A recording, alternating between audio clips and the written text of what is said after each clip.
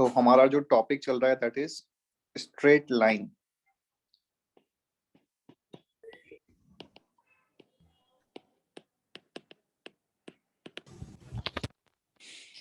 Just a quick revision कि हमने अभी तक इस टॉपिक में कौन कौन से पॉइंट्स डिस्कस किए हैं। तो सबसे पहले हमने यहाँ शुरू किया था स्ट्रेट लाइन में डिस्टेंस एंड सेक्शन फॉर्मूला, जो रिलेटिवली सिंपल चीजें हैं, उसमें कुछ खास नहीं है।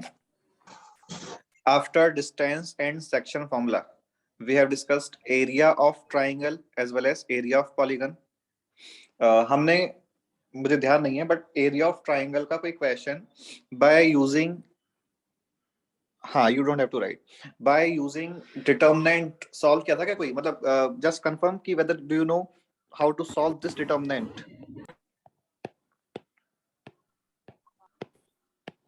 Can you solve it? Okay, किसी को कोई कंफ्यूजन तो नहीं है ना? इस टाइप का डिटर्मिनेंट का वैल्यू फाइंड करने के लिए कोई प्रॉब्लम तो नहीं है ना? बिकॉज ये स्ट्रेट लाइन चैप्टर में डिटर्मिनेंट का यूज वापस से आएगा इन द एंड। ओके, ठीक आहे, आता कॉल 3 वाजता. त्याच्यानंतर ऐका ना. Yeah, thanks for the hitting on the face.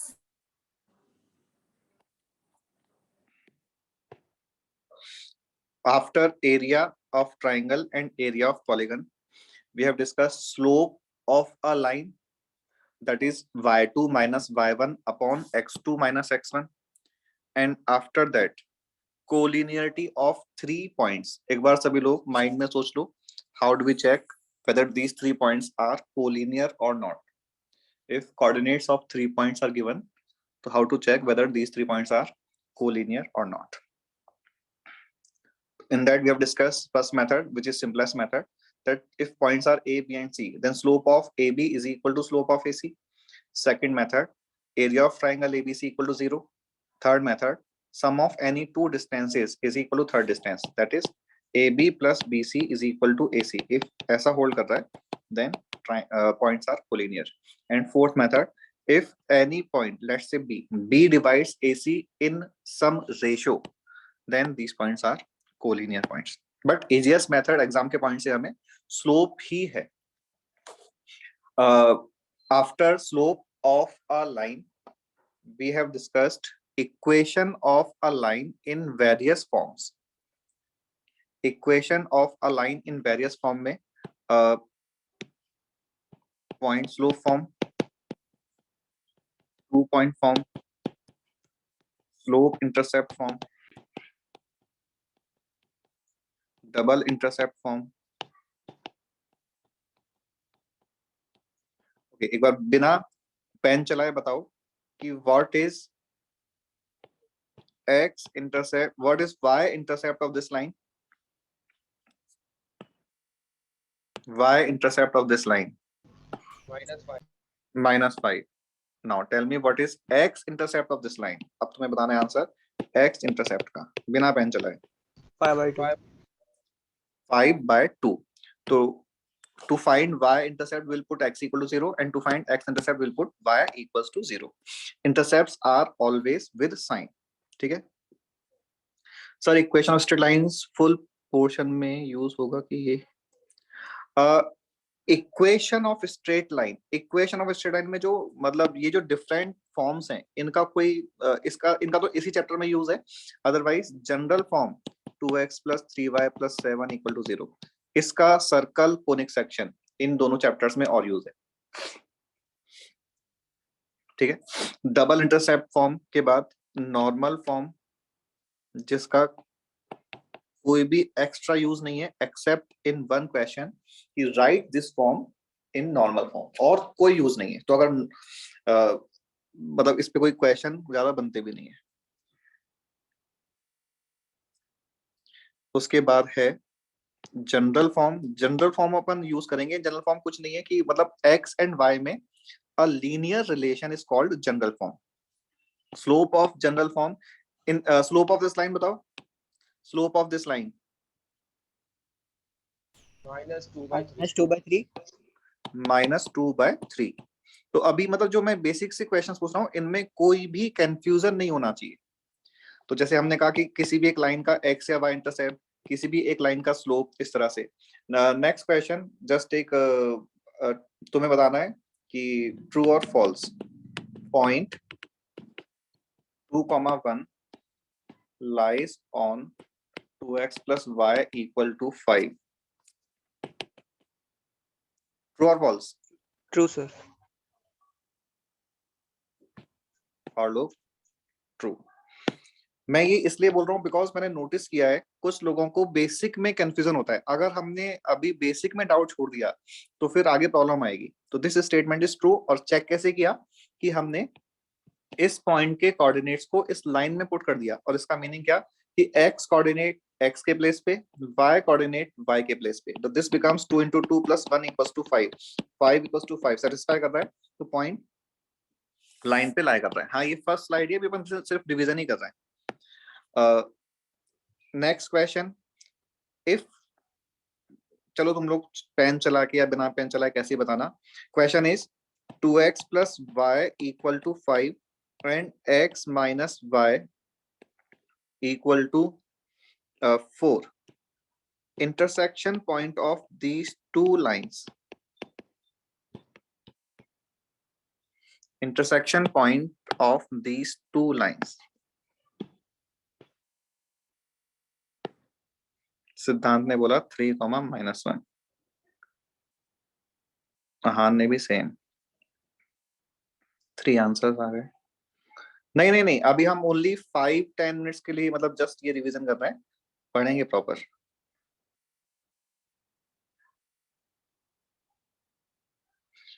तो अभी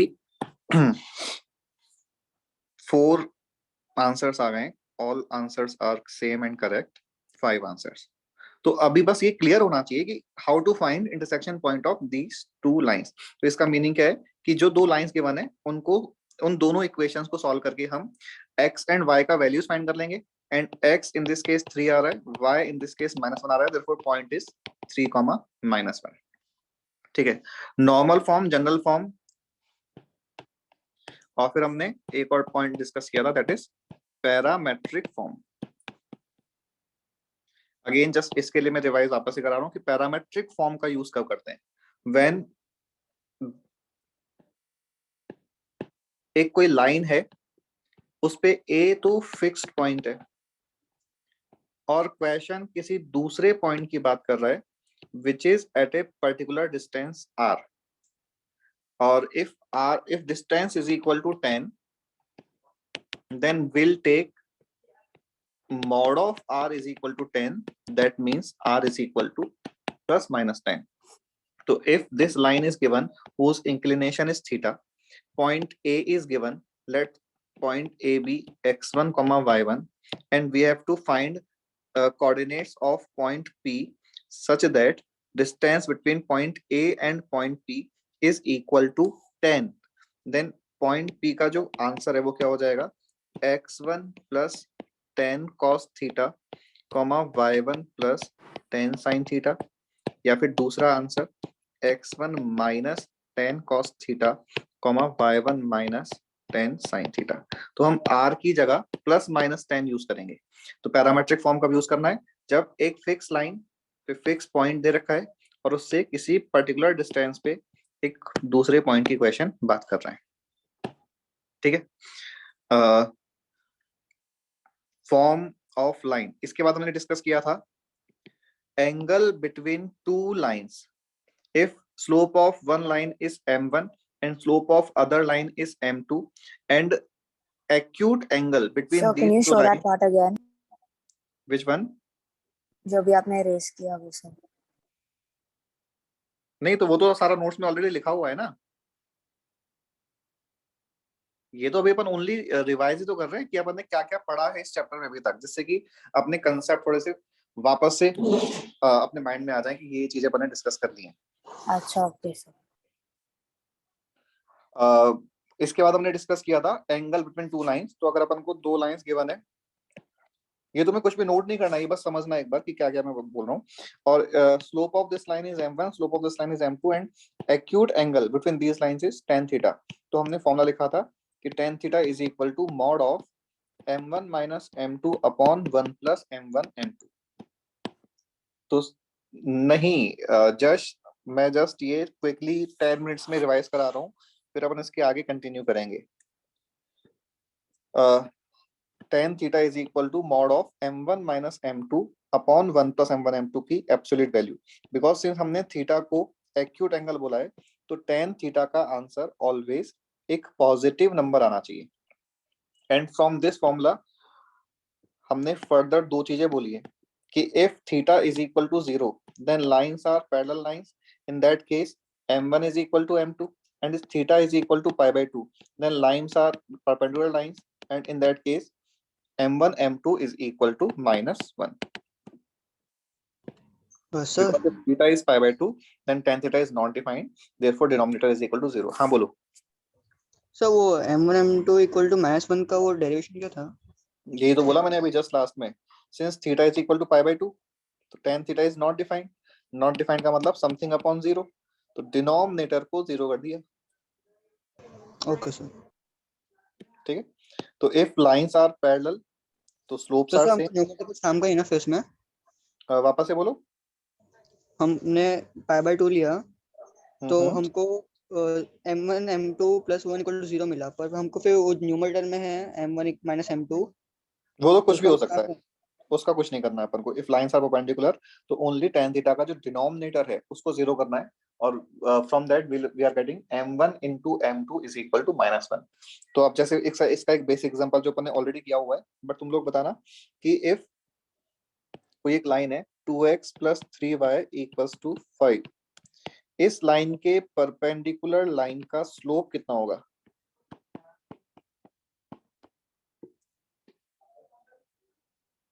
ये सारे क्वेश्चंस अपन ने किए हुए हैं ऑलरेडी, बट क्विकली आंसर बताओ। Slope of a line which is perpendicular to given line. दो लोगों ने बोला, तो 3/2 जो है वो करेक्ट आंसर है। और कैसे आया कि slope of this line is -2/3। If m1 is equal to -2/3, therefore m2 is equal to -1 upon m1। क्यों? Because m1 m2 is equal to -1, तो ये हो जाएगा -1 upon -2/3, that is 3/2। Any line perpendicular to this any line parallel to this line can be taken as 2x + 3y = constant. Any line perpendicular to this line can be taken as 3x - 2y = constant। ठीक है, ये हमने parallel and perpendicular lines की बात की थी। After this we have discussed, I think, locus की बात की थी। एक बार देखना नोट्स में।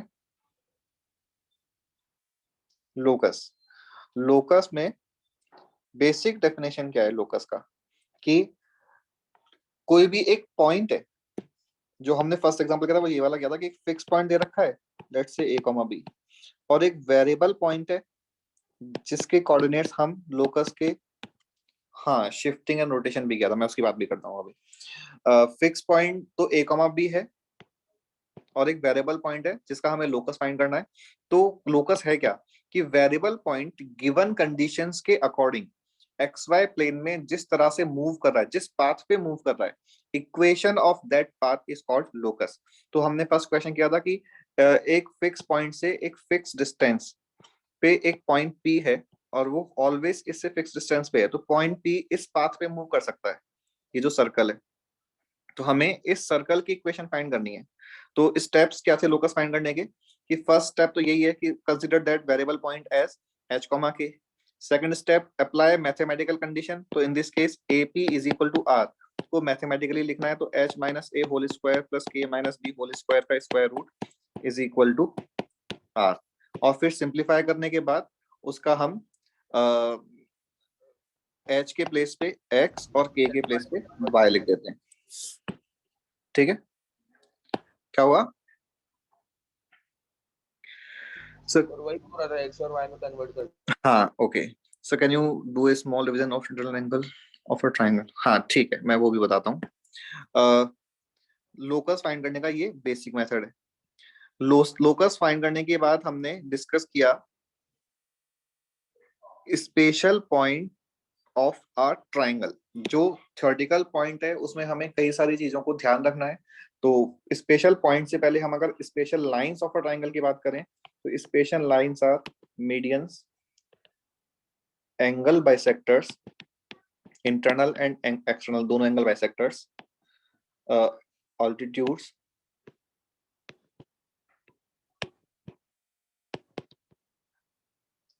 and last is perpendicular bisectors of side.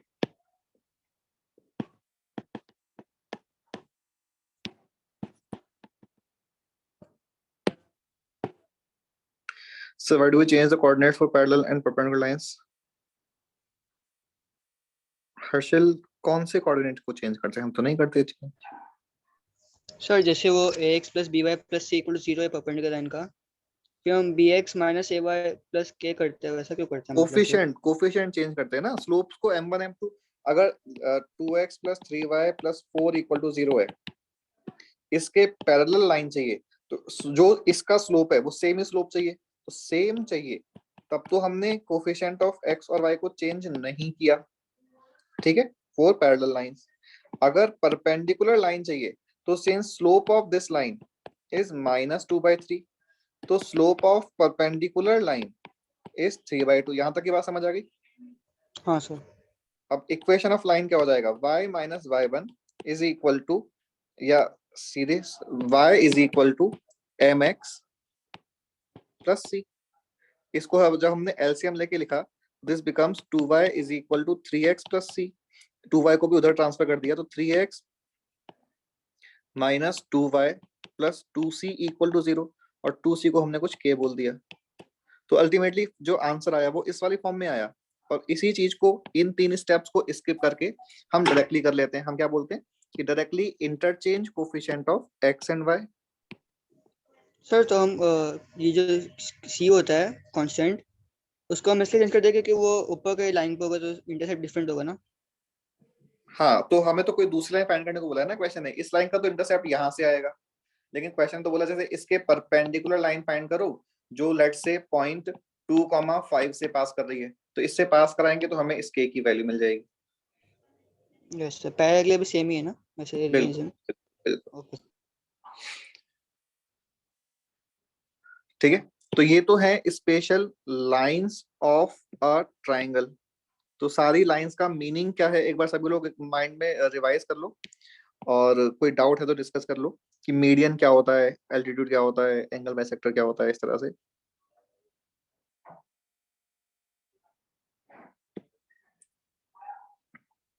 ठीक है, अब इनकी हेल्प से मीडियंस का intersection point is centroid, angle bisector का intersection point is इंसेंटर and accentor. अगर एंगल्स जो है वो इन दो मीडियंस मीटर सेंटर। ट्राइंगल के केस में हम सेंटर वर्ड यूज नहीं करते, सेंट्रोइड वर्ड यूज करते हैं ना। Centre of a triangle is meaningless, but by chance अगर कभी तुम्हें कहीं पे मिला, लिखा मिल भी गया, बाई चांस, रेयरली मिलेगा, बट अगर कभी लिखा हुआ है सेंटर ऑफ अ ट्राइंगल तो that means centroid of the triangle. ठीक है, angle bisector, if all angle bisectors are internal angle bisectors, तो जो पॉइंट बनेगा that is incentre. If two angle bisectors are external and one is internal, then जो point बनेगा वो है excentre. Altitude के इंटरसेक्शन से कौन सा पॉइंट बनता है? Intersection point of altitudes, orthocentre. Orthocentre, and intersection point of perpendicular bisectors of side is circumcentre. तो अब इसमें ये तो था कि बने कैसे ये पॉइंट। फिर हमने ये भी नोट किया था हैंड टू हैंड कि अगर हमें क्वेश्चन का इंफॉर्मेशन गिवन है तो how to find coordinates of centroid, incentre, circumcentre, orthocentre etcetera. और फिर जो जो प्रॉपर्टीज हैं वो हमने नोट की थी, तो एक बार उसको और रिवाइज कर लेना, बिकॉज उसमें कई सारे पॉइंट्स ऐसे हैं जो अपन को एग्जाम के पॉइंट से डायरेक्टली यूज करने होते हैं। अभी हम एक बार क्विकली, जो हमने बीच में छोटा सा टॉपिक जो बोला था कि एक ट्राइंगल है और ट्राइंगल के इंटरनल एंगल्स को फाइंड करना है, तो हम क्या करेंगे कि जो ट्राइंगल की जो 3 साइड की इक्वेशंस गिवन है, इन तीनों के स्लोप्स को लिख लेंगे। मान लो स्लोप्स अभी MA MB M, मतलब MAB MBC MCA बोल देता हूं मैं। अब इन 3 नंबर्स में से जो भी सबसे बड़ा नंबर है उसको हम m1 ले लेंगे, सेकंड वाले को m2 एंड थर्ड वाले को m3। तो हम स्लोप्स को डिक्रीजिंग ऑर्डर में अरेंज कर लेंगे। स्लोप्स को डिक्रीजिंग ऑर्डर में अरेंज करने के बाद first angle tan of m1 minus m2 upon 1 plus m1 m2 without mod, second के लिए m2 minus m3 and third के लिए m3 minus m1 without mod use कर लेंगे। और ये केस, ये सिचुएशन तभी एप्लीकेबल है when all 3 slopes are defined. इसके बाद हमने एक एग्जांपल भी किया है जिसमें if slope of any one of the line is not defined, कब होगा ऐसा? जब वो लाइन जो है वो वर्टिकल लाइन हो जाएगी। If slope of any one of the line is not defined, let's say ये कोई लाइन है जिसका स्लोप डिफाइंड नहीं है, वर्टिकल लाइन है, तो फिर हम डायग्राम बना के इंटरनल एंगल फाइंड कर सकते हैं। किस तरह से फाइंड करेंगे कि मान लो ट्रायंगल इस तरह से बन रहा है, मान लेते हैं कि इस लाइन का जो स्लोप है वो 1 है, जो लाइन की इक्वेशन गिवन है उससे। तो इसका मीनिंग क्या हुआ कि ये लाइन यहां से 45 डिग्री π/4 एंगल सबटेंड कर रही है। If this angle is 45 degree, this is right angle, तो this angle also becomes 45 degree। तो इस वाले एंगल, मान लो ये ABC ट्रायंगल इस तरह से है, तो angle, internal angle A 45 degree इस स्लोप की हेल्प से समझ आ गया। अगर मान लो ऐसा कुछ गिवन होता कि ये 60 डिग्री होता तो फिर ये 30 डिग्री आ जाता। ठीक है, तो ये हमने एक एंगल फाइंड कर लिया। अगर मान लो इस लाइन का जो स्लोप है, ये स्लोप इज इक्वल टू 2 है, तो tan थीटा की वैल्यू 2 हो गई। तो थीटा का आंसर, अभी तो वैसे डायग्राम में मैंने नेगेटिव स्लोप की लाइन बना रखी है, तो इस लाइन का स्लोप -2 होगा, तो tan थीटा की वैल्यू -2 हो गई। तो थीटा का आंसर, यानी कि ये लाइन, एक बार मैं इस सारा कुछ हटा देता हूं, तो ये जो लाइन है वो अभी एंटी क्लॉकवाइज डायरेक्शन में tan inverse 2 with negative sign angle बना रही है। तो नेगेटिव साइन एंगल का, अच्छा उससे भी पहले एक और चीज मुझे बता देनी चाहिए जो मतलब अपन ने ऑलरेडी पढ़ रखी है, बट क्या कि जैसे ये XY प्लेन है, अगर कोई लाइन इस तरह से है तो इस डायग्राम के अकॉर्डिंग थीटा एक एक्यूट एंगल है, तो slope of this line will definitely be positive. ठीक है, ये तो क्लियर है। बट अगर कोई लाइन इस तरह से है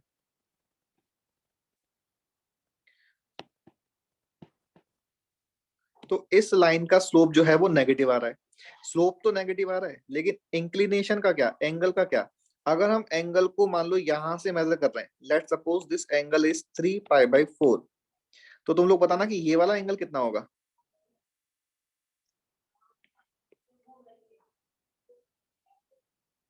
रेडियन में नहीं तो डिग्री में लिख दो, दिस इज 135 डिग्री। अरे हर्षिल, 180 माइनस 3π, या तो पूरा रेडियन में दो आंसर या पूरा डिग्री में दो। हाँ, तो दिस एंगल इज π/4। अब एक बार देखो कि if this angle is measured in anti-clockwise direction, then inclination of line is 3π/4 and tan theta is tan of 3π/4 that is equal to -1। तो स्लोप जो है वो लाइन का -1 आ गया। लेकिन अगर हम इस लाइन का इंक्लिनेशन इस तरह से मेजर करें तो हम बोलेंगे तो ये कि इंक्लिनेशन इसका जो है वो -π/4 होगा, बिकॉज हमने क्लॉकवाइज डायरेक्शन में मेजर किया है। तो क्लॉकवाइज जो भी एंगल आएगा वो नेगेटिव साइन के साथ आएगा। ठीक है, तो इंक्लिनेशन हम इसका -π/4 भी बोल सकते हैं, बट tan थीटा की जो वैल्यू है वो अभी भी सेम ही आ जाएगी, यानी कि -1। तो इंक्लिनेशन को यहाँ पे हम 3π/4 यूज करें या -π/4 यूज करें, दोनों सेम ही मीनिंग है, बिकॉज दोनों से स्लोप की वैल्यू सेम मिल रही है। तो अगर हम एंटी क्लॉकवाइज जा रहे हैं और एंगल ऑब्ट्यूज एंगल है तो स्लोप विल बी नेगेटिव। अगर हम क्लॉकवाइज जा रहे हैं तो और एंगल जो है वो एक्यूट एंगल है, दैट इज इंक्लिनेशन इस तरह से है, तो स्लोप विल बी नेगेटिव।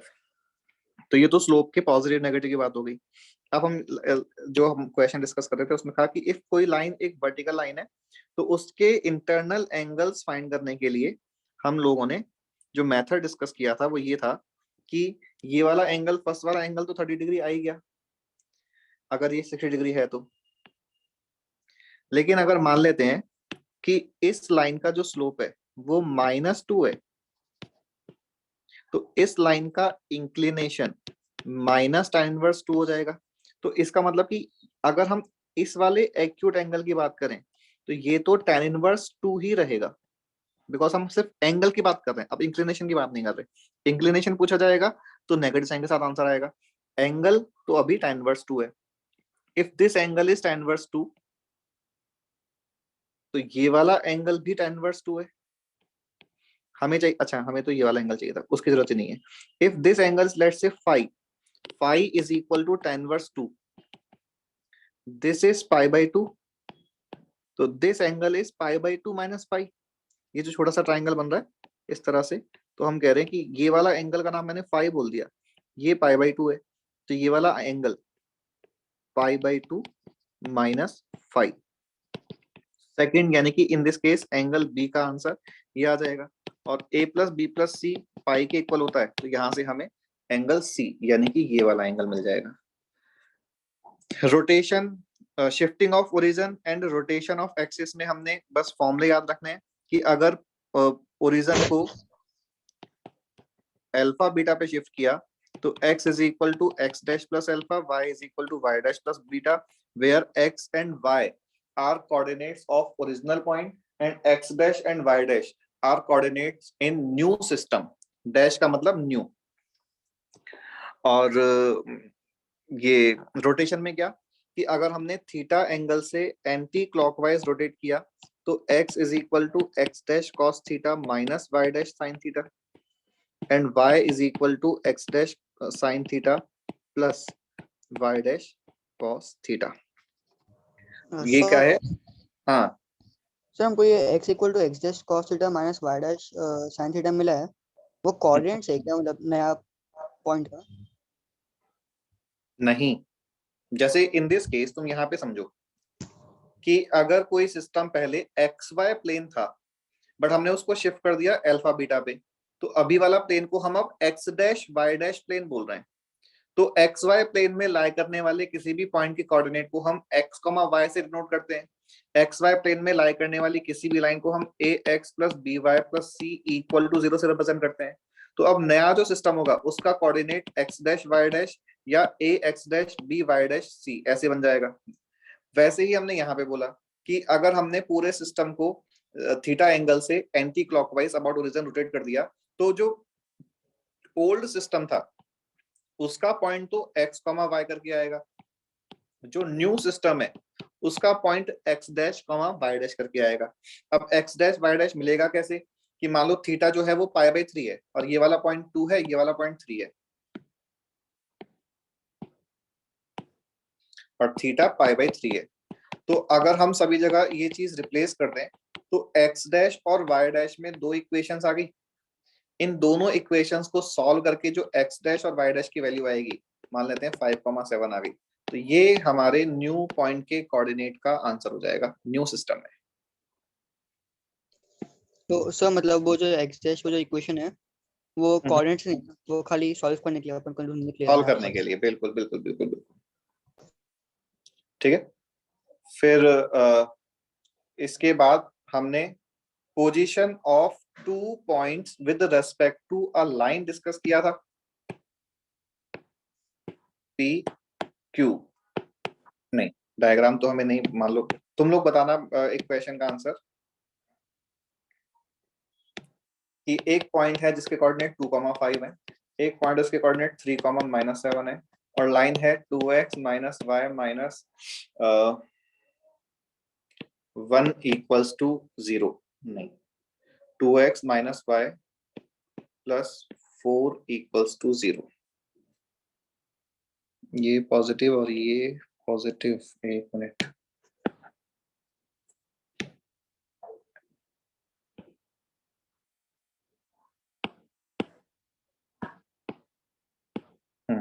यही है। तो ये दोनों पॉइंट्स इस लाइन के सेम साइड में हैं या अपोजिट साइड में हैं?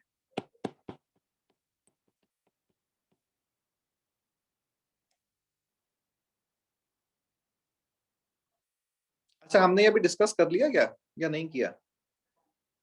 एक बार ये भी कंफर्म करूं मैं, आई एम नॉट श्योर कि हमने ये डिस्कस कर लिया। Position, relative position of 2 points with respect to a line, पक्का नहीं किया?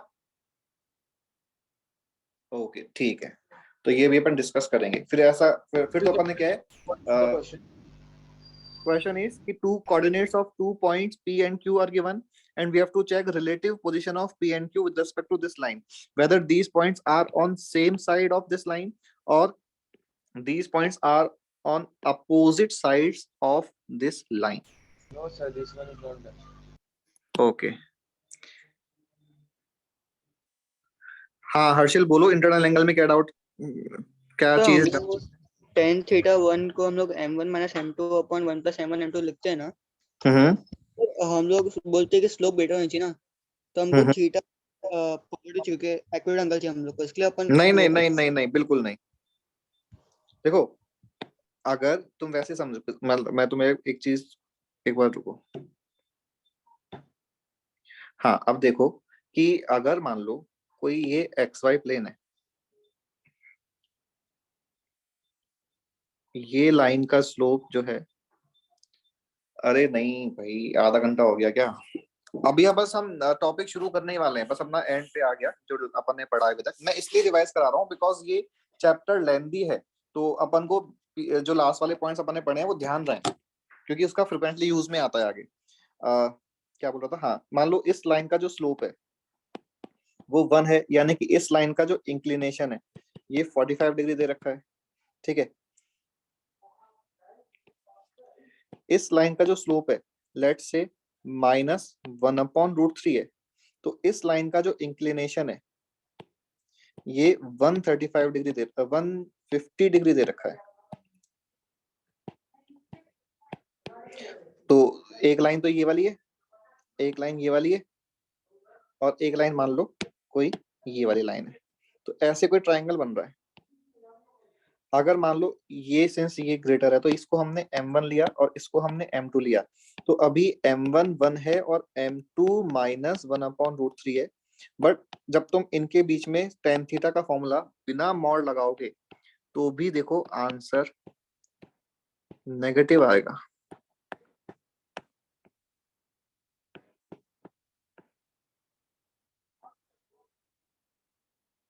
इन दिस केस अरे 150 -45, अच्छा इस केस में तो m2 ये लेना पड़ेगा। एक मिनट, अगर मैंने डायग्राम इस तरह से बनाया है तो इस डायग्राम में ये जो थर्ड लाइन है, इस लाइन का जो स्लोप है हम m2, थोड़ा वापस से करना पड़ेगा मुझे, कि अगर ये xy प्लेन है, अब हमने कहा कि फर्स्ट लाइन तो इस तरह से है, सेकेंड लाइन इस तरह से है, एंड थर्ड लाइन, इसका स्लोप अगर अपन ले रहे हैं 1, इसका स्लोप अगर अपन ले रहे हैं -1/3, तो हमें -1/√3, तो हमें थर्ड स्लोप लेना है माइनस का। ओके, तो अगर हमने थर्ड लाइन को कुछ इस तरह से ले लिया,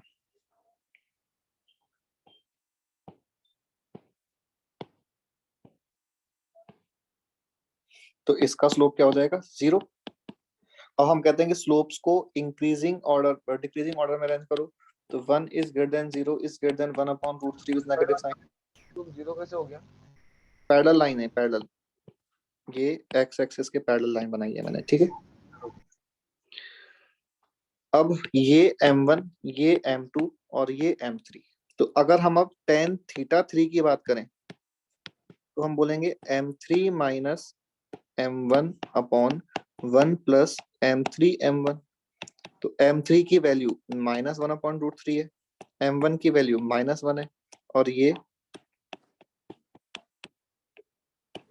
तो ये वैल्यू नेगेटिव, तो यहाँ पे वैल्यूज नेगेटिव भी आ सकती हैं। तो हम ऐसा नहीं कि हमें ऑलवेज एक्यूट एंगल ही चाहिए, एंगल ऑब्ट्यूज भी आ सकता है, तो अकॉर्डिंगली जो भी आना होगा वो अपने आप आ जाएगा। मतलब कि अपन को अब सोचना नहीं है। ये मेथड का मतलब कि अगर हमने स्लोप्स को इस ऑर्डर में अरेंज कर लिया तो हमें फिर मॉड के लिए सोचना नहीं है कि मॉड को ओपन कैसे करें, क्या करें। हम डायरेक्टली जो भी विद साइन आंसर आएगा उसी को ही यूज कर लेंगे। तो खाली हम लोग मॉड के लिए करते हैं ना, ग्रेटर चाहिए हमको मॉड लगाने के लगाना है इसके लिए। मॉड हाँ नहीं लगाना पड़े इसके लिए करते हैं। ओके। इसके बाद हमने डिस्कस किया है पॉइंट एंड लाइन। तो पॉइंट एंड सबसे लास्ट टॉपिक यही था अपना। तो पॉइंट एंड लाइन में हमने क्या डिस्कस किया कि एक पॉइंट के कोऑर्डिनेट्स गिवन है, इस पॉइंट की इस लाइन से परपेंडिकुलर डिस्टेंस कैसे फाइंड करते हैं, इस पॉइंट के फुट ऑफ परपेंडिकुलर के कोऑर्डिनेट्स कैसे फाइंड करते हैं, और इस पॉइंट का रिफ्लेक्शन कैसे फाइंड करते हैं। ये सबसे लास्ट में हमने डिस्कस किया।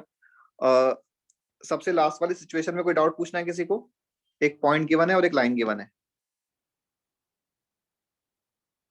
ओके, अब अपन इसके आगे कंटिन्यू करते हैं। अब तुम्हें नोट करना है आगे का। हमने कल ये तो वाला तो क्वेश्चन कर ही लिया था कि पॉइंट गिवन है और लाइन गिवन है तो परपेंडिकुलर डिस्टेंस, ये वाला क्वेश्चन भी कर लिया था।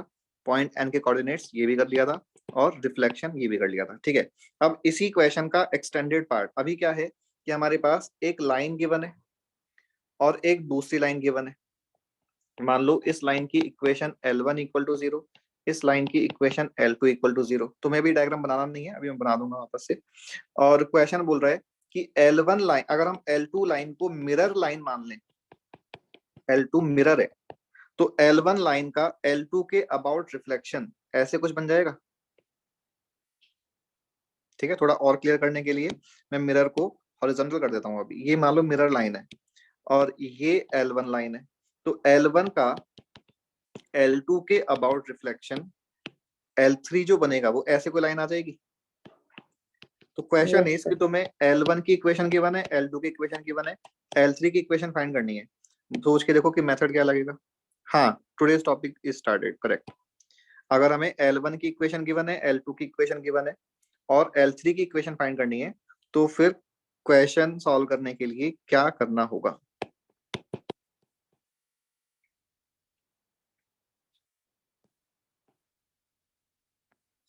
सर इंटरसेक्शन निकाल सकते बिल्कुल ठीक है। किसी भी लाइन की देखो, अब बिल्कुल बेसिक क्या है यहाँ पे कि क्वेश्चन है अपन को एक लाइन की इक्वेशन फाइंड करने को बोला है। किसी भी लाइन की इक्वेशन के लिए अगर अपन को उस लाइन पे कैसे भी करके टू डिफरेंट पॉइंट के कोऑर्डिनेट्स मिल गए तो हम लाइन की इक्वेशन फाइंड कर सकते हैं। तो हमने कहा कि एक पॉइंट तो ये मिल जाएगा। कैसे मिलेगा कि ये P पॉइंट जो है वो L1 और L2 का इंटरसेक्शन पॉइंट है, और जो रिक्वायर्ड लाइन है वो P पॉइंट से पास करेगी करेगी। तो हमने P पॉइंट के कोऑर्डिनेट्स फाइंड कर लिए L1 L2 को सॉल्व करके। सेकंड पॉइंट हम क्या करेंगे कि फाइंड कर सकते हैं। हाँ, रिफ्लेक्शन की फर्स्ट लाइन पे कोई सा भी एक फिक्स पॉइंट ले लिया, मान लो 2,3 इसको सेटिस्फाई कर रहा है। Q पॉइंट का L2 के अबाउट रिफ्लेक्शन फाइंड करेंगे तो जो Q डैश मिलेगा वो L3 पे लाई करेगा, तो Q डैश के कोऑर्डिनेट्स भी फाइंड कर सकते हैं। और P और Q डैश दो पॉइंट मिल गए तो P Q डैश लाइन की इक्वेशन आ जाएगी। ठीक है, तो अभी मैं एक क्वेश्चन लिखता हूं, फिर वापस इस डायग्राम को बना लेंगे। तो question is find reflection of line 2x + y = 5। अभी टॉपिक तो वही चल रहा है पुराना अपना, point and line. About line y = x। तो ये क्वेश्चन नोट करने के बाद जो मैं डायग्राम बना रहा हूं अभी वो बना लेना कि इस तरह का कोई सिचुएशन है कि गिवन लाइन, एक तो मिरर लाइन गिवन है,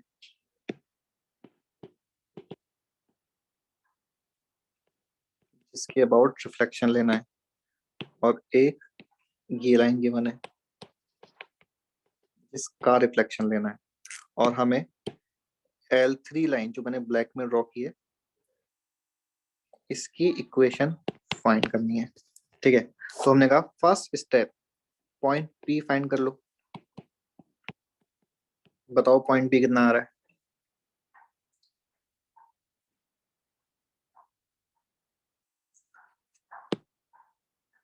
Point P is intersection point of given two lines.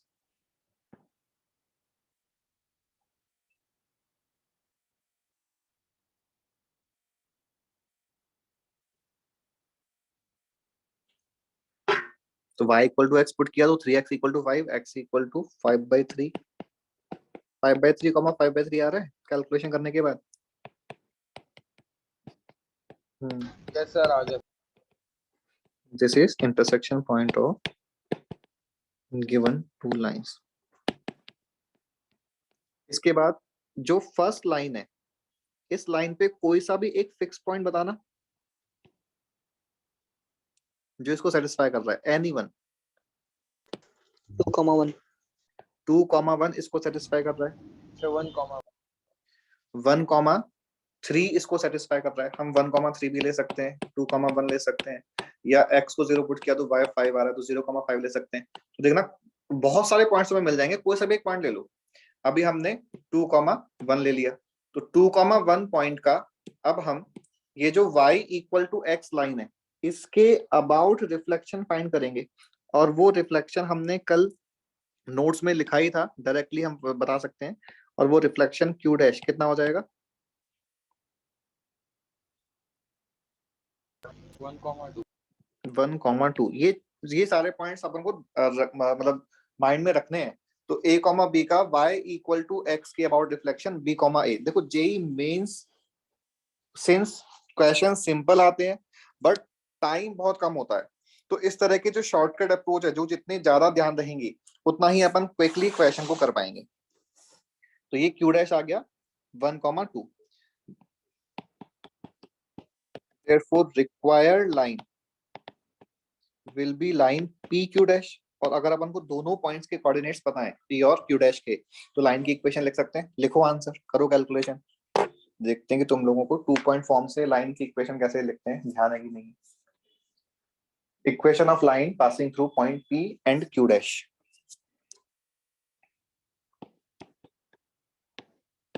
Simplify करके आंसर बताओ।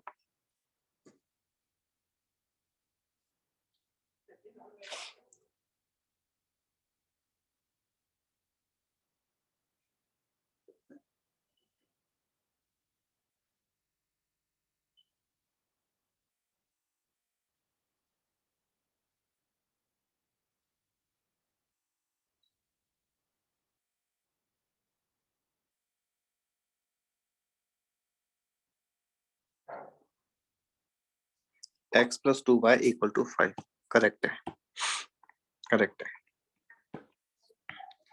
तो y minus y1 is equal to y2 minus y1 upon x2 minus x1, x minus x1। और इसको simplify करके x plus 2y equal to 5 आ जाएगा। हाँ, मैं वही बता रहा हूं कि हमने कल जब डिस्कस किया कि पॉइंट, अब ये तो देखो, ये अब हम इस क्वेश्चन के थ्रू दो चीजें कवर कर रहे हैं। एक तो क्या कि किसी भी एक गिवन लाइन का सेकंड लाइन के अबाउट रिफ्लेक्शन फाइंड करने का प्रॉपर मेथड, वो तो इस तरह से है कि हम दोनों लाइन का इंटरसेक्शन पॉइंट P फाइंड कर लेंगे, जिसका रिफ्लेक्शन फाइंड करना है उस पे कोई सा भी एक फिक्स पॉइंट कंसिडर किया, और उस फिक्स पॉइंट का मिरर लाइन पे रिफ्लेक्शन लेने के बाद जो Q डैश मिलेगा, तो Q डैश और P को ज्वाइन करने वाली लाइन की इक्वेशन 2 पॉइंट फॉर्म से फाइंड कर लेंगे। ये तो हो गया प्रॉपर मेथड। अब शॉर्टकट अप्रोच जो हमने बोला भी है कि सिंस हमने कल बात की थी कि पॉइंट A, B का about y equal to x reflection B, A है, तो हमने किया क्या, x कोऑर्डिनेट और y कोऑर्डिनेट्स को इंटरचेंज कर दिया, x की जगह y की जगह x। सेम चीज अब हम किसी भी कर्व के रिफ्लेक्शन के लिए कर सकते हैं। अगर हमें इस लाइन का रिफ्लेक्शन इस लाइन के about y equal to x के अबाउट चाहिए, मतलब कि mirror line y equal to x होनी चाहिए, तो अपना शॉर्टकट अप्रोच क्या हो गया कि x के प्लेस पे y और y के प्लेस पे x लिख दो। तो देखो ये आंसर समझ आ रहा है। इनफैक्ट तुमसे अगर बोला जाए, मैं नेक्स्ट स्लाइड में लेके जा रहा हूं इसको, कि अगर हमसे क्वेश्चन ने पूछा कि find reflection of curve x square minus 2xy plus 3y square minus 4x minus 7y equals to 11 about line y equal to x। तो तुम सभी लोग इसका बस आंसर जो हमने भी मेथड डिस्कस किया उस मेथड से अपने नोटबुक में आंसर लिख लो। तो मेथड क्या था कि a कॉमा b का x इक्वल टू y के बाद रिफ्लेक्शन b कॉमा a हो जाता है, तो x की जगह y की जगह x लिखना है। तो अब तक तुमने लिख लिया होगा आई थिंक। तो answer is y square minus 2xy plus 3x square minus 4y minus 7x equals to 11। तो x की जगह y और y की जगह x लिखना है बस, ठीक है। अगर अब तुमसे ये बोला जाए नेक्स्ट क्वेश्चन, सभी लोग आंसर देने का ट्राई करना कि ये लाइन जो दे रखी है अभी y इक्वल टू x, इसके प्लेस पे अगर हमें x एक्सिस लिखा होता तो हमारा आंसर क्या आता इसके प्लेस पे। मिरर लाइन अगर x एक्सिस गिवन होता तो आंसर क्या आता? नहीं नहीं नहीं नहीं नहीं, x minus 2y equal to 5 correct है। क्यों है करेक्ट? बिकॉज हमने लास्ट क्लास में नोट किया था, और ये जो अभी हर्षिल ने पूछा है इसका भी आंसर है कि a कॉमा b का y equal to x line के about reflection b comma a बन जाता है। तो हम क्या कर रहे हैं, x की जगह y और y की जगह x रिप्लेस कर रहे हैं। तो यही पे हमने यहाँ पे भी सेम चीज कर दी because line y equal to x थी। a कॉमा b का about x axis reflection a comma minus b हो जाता है। तो अब हमने क्या किया, x कोऑर्डिनेट को तो बिल्कुल भी चेंज नहीं किया, लेकिन y कोऑर्डिनेट के प्लेस पे माइनस y लिख दिया। तो अगर given line 2x plus y equal to 5 है तो हमारा जो आंसर है वो 2x minus y equal to 5 हो जाएगा।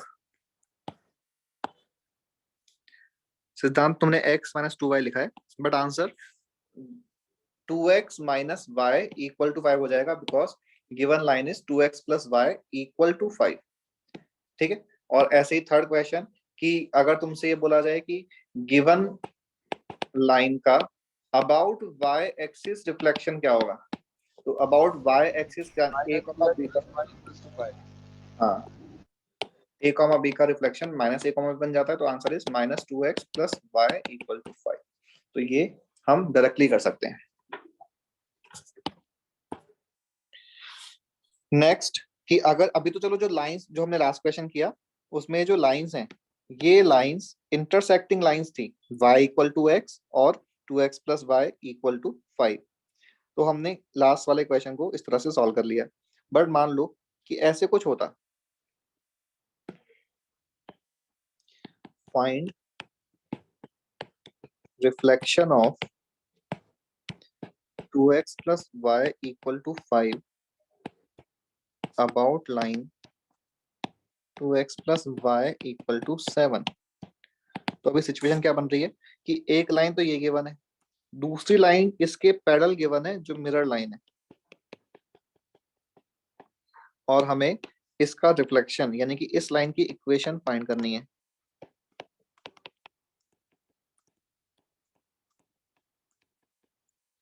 तो बता सकते हो? हाँ बिल्कुल सही है।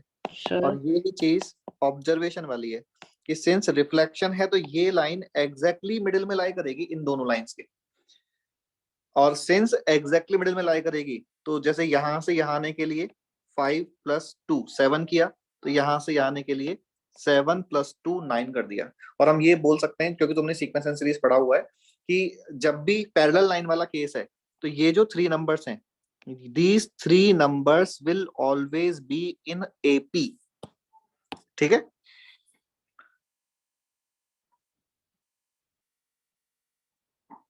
ओके हाँ बोलो। तो इसमें कोई डाउट पूछना है किसी को?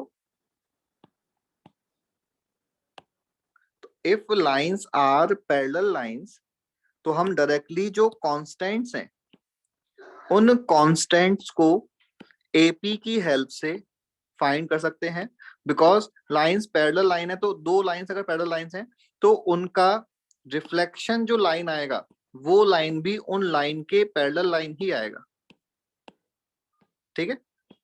और पैरेलल लाइन में ओनली कांस्टेंट का ही डिफरेंस होता है, तो हमने इस मेथड से फाइंड कर लिया।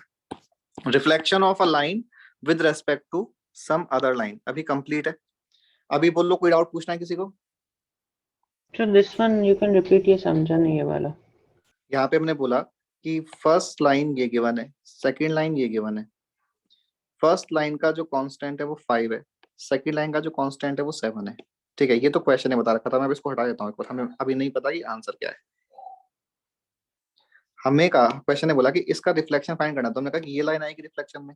ये हमें कंफर्म है कि ये जो लाइन आएगी वो इन दोनों लाइन के पैरेलल लाइन ही होगी, तो हमने कहा पैरेलल लाइन की इक्वेशन ये अज्यूम कर ली। यहां तक की बात क्लियर है? Yes sir. जब भी लाइंस पैरेलल हैं और हमें रिफ्लेक्शन फाइंड करना है तो we'll say that these constants, that is 5, 7 and k, these numbers are in AP। और AP की कंडीशन क्या होती है? Double of middle term is equal to first term plus last term. A की value sir ऐसा क्यों? Why will they be in AP? These ones? Because ये AP क्या होता है कि जैसे ए बी सी एपी में है तो बी का ए से और सी से जो डिफरेंस है वो सेम आएगा। तो वही चीज यहाँ पे भी है कि ये वाली जो लाइन है, इस लाइन की इस लाइन से जो डिस्टेंस है वो सेम डिस्टेंस इस लाइन से है। तो सेम डिस्टेंस की वजह से कॉन्स्टेंट्स एपी में आ जाते हैं। एक Yes, बार sir. लेकिन कंफर्म करना वापस से तुम लोग कि हमने दो पैरेलल लाइन के बीच का डिस्टेंस का फॉर्मूला ये नोट कर लिया है ना? Yes sir. Yes sir. हाँ ठीक है। Sir and that x axis का shortcut method आप एक बार बता सकते हो? किसका? जो x axis के अगेंस्ट अगर रिफ्लेक्ट होता है line. Just replace y with minus y. Okay okay. Sir, it will be in plane mirror like thing. हाँ बिल्कुल, सिद्धांत ने जो बोला है ठीक है। ओके, नेक्स्ट क्वेश्चन और नेक्स्ट कंसेप्ट। अभी अपना पॉइंट एंड लाइन, मतलब कि एक पॉइंट गिवन है और एक लाइन गिवन है और उसके बेसिस पे अपन ने जो डिफरेंट वेरिएशंस कवर किए हैं। एक तो नॉर्मल क्वेश्चन कि पॉइंट की लाइन से distance, foot of perpendicular reflection.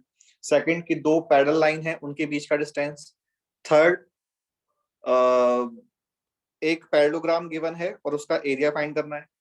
Fourth reflection of one line with respect to other line. ये हमने सारा कुछ कवर किया। तो एक बार देख लो, सेकंड स्लाइड में कुछ नोट करना है किसी को या हटा दूं? हर्षिल? हाँ मैं इन नोट्स को सेंड तो कर दूंगा। अभी नेक्स्ट क्या है? अभी नेक्स्ट है, अच्छा तुम लोगों को ये बोला जाए कि draw y 2x plus y equal to 5 line on xy plane, तो सभी लोग ड्रॉ कर लोगे right? 2x plus y equal to 5 line on xy plane. Sir sir हाँ हाँ सर ये स्लाइड में आपने जो फर्स्ट क्वेश्चन लिखा ऊपर उसमें अपन कांस्टेंट को सेम ही रखेंगे ना? हाँ, जो अपन k वैल्यू नहीं लिखेंगे ना उसमें? नहीं नहीं नहीं, सर ऐसा क्यों मतलब फिर?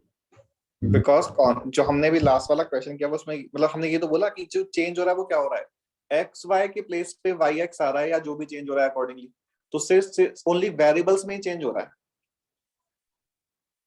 हमने इनफैक्ट सिर्फ ये कांस्टेंट नहीं, जितने भी नंबर्स हैं उन सबको सेम जगह पे रखा है, बस एक्स की जगह वाई और वाई की जगह एक्स लिख दिया। ओके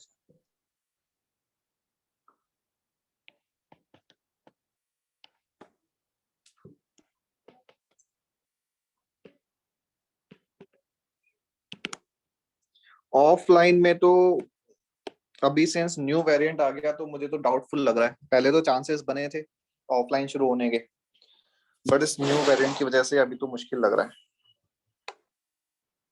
लीनियर इनइक्वेशंस, तो मैंने जो तुमसे भी बोला था, तुम सभी लोग अपने नोटबुक में क्वेश्चन लिखो और ड्रॉ करना कि draw y 2x plus y equal to 5 in xy plane।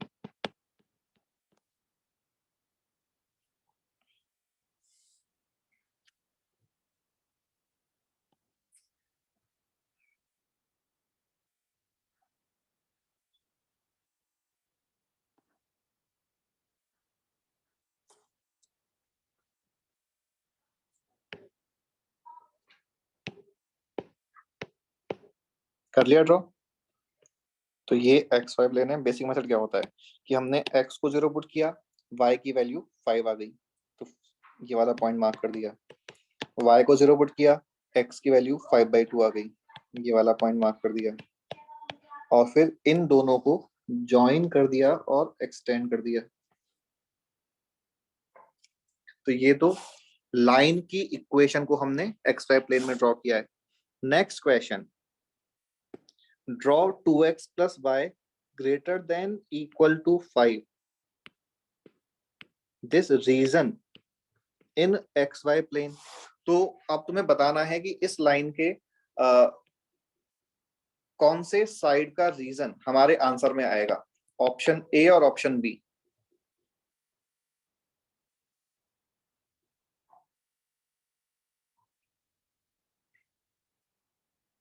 Sir ए।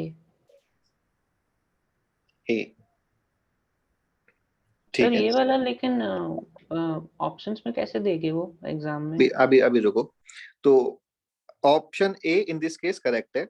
और ये जो हमने हेडिंग लिया है, अब ये भी क्लियर होगा कि हम अभी इनइक्वेशंस की बात कर रहे हैं, यानी कि साइन जो है वो इनइक्वालिटी का गिवन है 2x plus y greater than और इक्वल टू 5।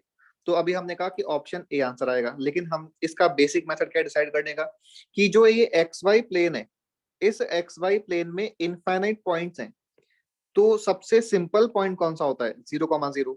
अदरवाइज कोई सा भी पॉइंट ले सकते हैं। और अब हम क्या करेंगे कि 0,0 जो पॉइंट है उसको इस इनइक्वेशन में पुट करके चेक कर लेंगे कि सेटिस्फाई कर रहा है या नहीं कर रहा। तो x के प्लेस पे 0, y के प्लेस पे 0 पुट किया, तो ये सेटिस्फाई नहीं कर रहा। इसका मतलब कि 0,0 जो है वो हमारे आंसर में नहीं आएगा। तो 0,0 जिस रीजन में लाई कर रहा है, इसमें लाई कर रहा था, तो ये हमारे आंसर में नहीं आएगा। तो इसका जो अपोजिट रीजन है, जो हम इस तरह से ड्रॉ करेंगे, ये हमारे आंसर में आ जाएगा। ठीक है, ये एरो साइन है। अगर जैसे मैं नेक्स्ट क्वेश्चन लूं और ऐसे है क्वेश्चन कि 3x plus 3x minus y less than equal to 6, और तुम एक बार अब तुम खुद से ट्राई करो इसको एक्स वाई प्लेन में ड्रॉ करना। सर सर हम ऐसे भी कर सकते हैं ना, we know 5 is y intercept, तो एज वी मूव अप मतलब इक्वेशन सेटिस्फाई हो जाएगा। ठीक है। So like as we move up, the y-intercept becomes 7 and then becomes 9. So the distance remains the same, right? 2. Distance between which 2 points? So in the parallel, the mirror line, y-intercept becomes 7 and in the mirrored line, the y-intercept becomes 9. So that means the distance remains the same in terms of y-axis. हाँ, बिल्कुल बिल्कुल बिल्कुल। There we can say that they are parallel. They have they're mirrored. बिल्कुल correct. तो ये तुमने इस inequation को ड्रॉ किया होगा। तो x, पहले तो हम इक्वेशन ड्रॉ करेंगे, तो x equal to 0, y equal to -6, y equal to 0, x equal to 2। तो ये तो लाइन ड्रॉ कर ली हमने।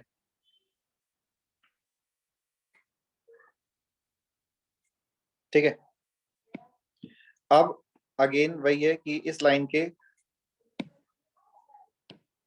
कौन से साइड वाला पोर्शन जो है वो आंसर में आएगा।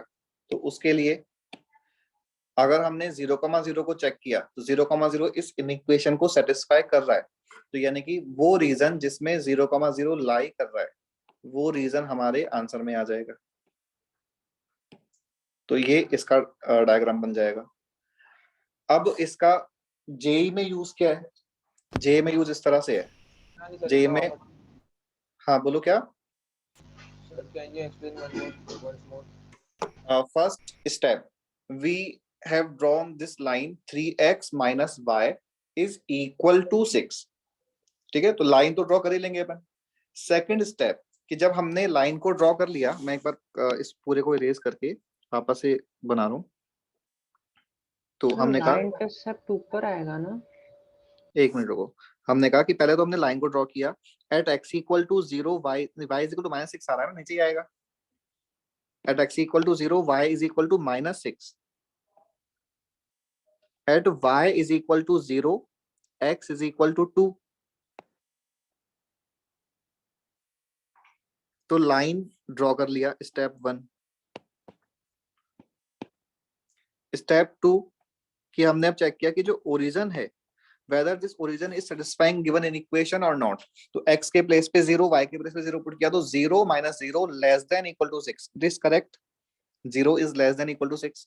तो since 0, 0 is satisfying this inequation, तो हम वही रीजन मार्क करेंगे जिसमें 0, 0 लाई कर रहा है, और 0, 0 इस रीजन में लाई कर रहा है. तो ये वाला जो रीजन है, ये हमारा शेडेड रीजन आंसर हो जाएगा. इसका मतलब ये एरो आगे तक जा रहे हैं. अभी तक की बात क्लियर है? ये लाइन का मतलब क्या होता है? अपन 0, मुझे डालते हैं क्या हमको मालूम पड़ेगा रीजन है, तो रीजन में कौन सा लाइन आएगा वो कैसे मालूम पड़ेगा? लाइन नहीं, पूरा रीजन आ रहा है, पूरा रीजन.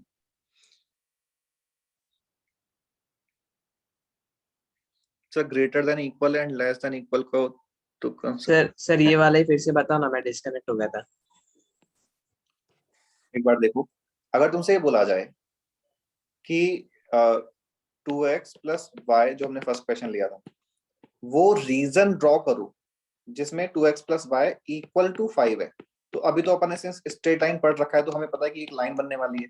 तो जब हमने एक्स वाई प्लेन में x को 0 पुट किया तो y 5 आ गया, y को 0 पुट किया तो x 5/2 आ गया. तो हमने ये लाइन ड्रॉ कर ली. इस लाइन का मतलब क्या है कि हमारा आंसर ओनली यही रीजन है कि इस लाइन पे अगर हम कोई सा भी पॉइंट ले लेंगे ना, तो वो इस कंडीशन को सेटिस्फाई करेगा. ठीक है.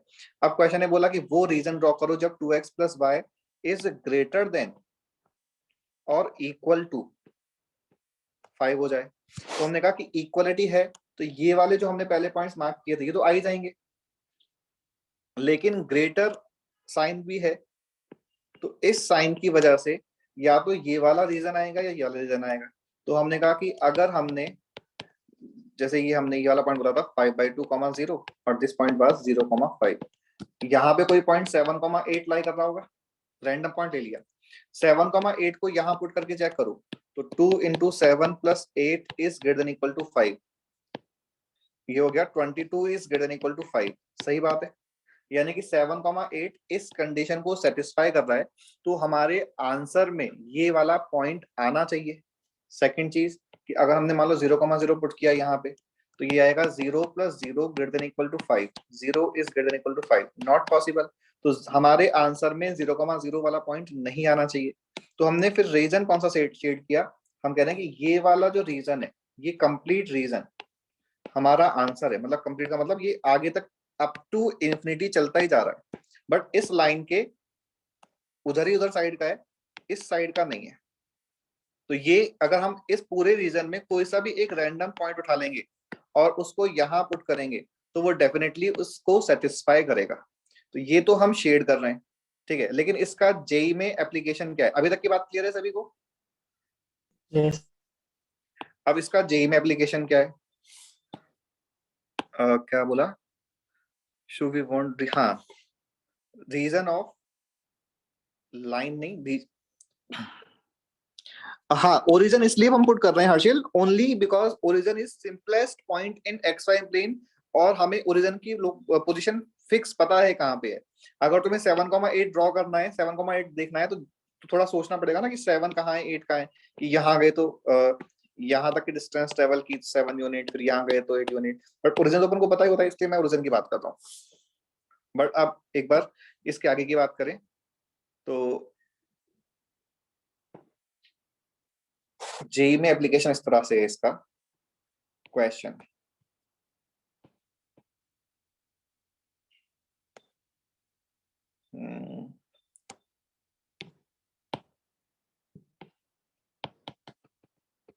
फाइंड, यहाँ पे अगर तुमने शायद तुम्हारे पता नहीं 12th में है या पता नहीं किस में है, देखना पड़ेगा मुझे. 12th में है ये चैप्टर. मैक्सिमम, बस उसमें है कुछ खास नहीं. Maximum value of z is equal to 4x plus 3y under following conditions. Conditions are given as x is greater than equal to 0, y is greater than equal to 0, x plus y less than equal to 4, 2x plus y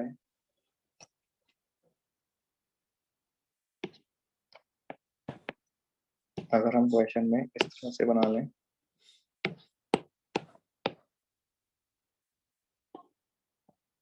तो ये हो जाएगा 2 और ये हो जाएगा 3, तो ये हो जाएगा 3x minus 2y equal to 6। तो क्वेश्चन तुम लोग लिखो 3x minus 2y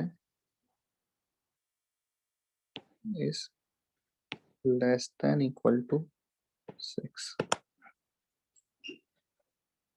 ठीक है, अब ये क्वेश्चन है तुम्हारे पास पूरा। सबसे पहले तुम क्या करो, एक एक्स वाई प्लेन में इन चारों इनइक्वेशंस के रीजन को शेड करो, और चारों का मतलब वो पोर्शन जो चारों कॉमन आ रहा है। मैं अभी 1 मिनट में आता हूं, तुम लोग अपने सॉल्व करो।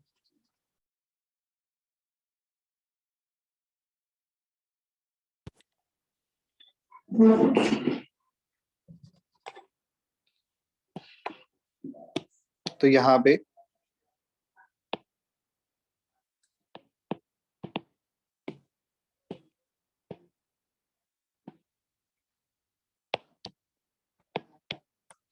x is greater than equal to 0, यानी कि x एक्सिस के अबव वाला portion, y is greater than equal to 0, y axis के राइट वाला पोर्शन। तो इन दोनों से तो केवल फर्स्ट क्वाड्रेंट आएगा, इनको तो अपन देख लेंगे। x plus y equal to 4 line draw किया पहले तो अपन ने,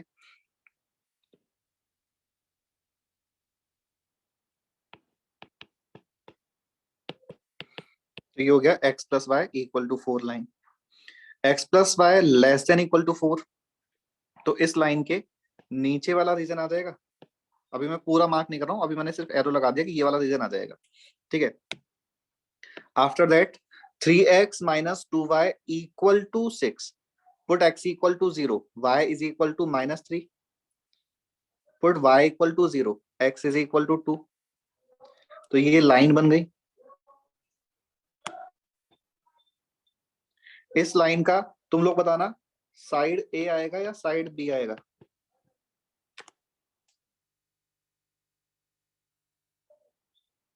A, A, ठीक है, तो साइड A हम मार्क कर लेंगे। तो इस लाइन का ये वाला रीजन आ जाएगा, और हमने कहा x एक्सिस के ऊपर वाला रीजन था, तो ये वाला रीजन था, और y एक्सिस के राइट साइड वाला रीजन था। ठीक है, बट ये ऑल कंडीशन को सेटिस्फाई करना है, तो इन चारों का जो इंटरसेक्शन है वो इंटरसेक्शन देखना, जो मैं अभी शेड कर रहा हूं वो रीजन आ जाएगा।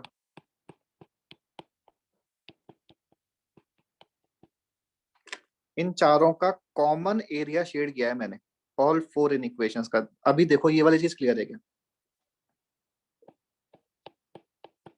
तो स्टेप 1 तो ये है कि हमने ऑल 4 इनइक्वेशंस के जो रीजन है वो डिसाइड कर लिए।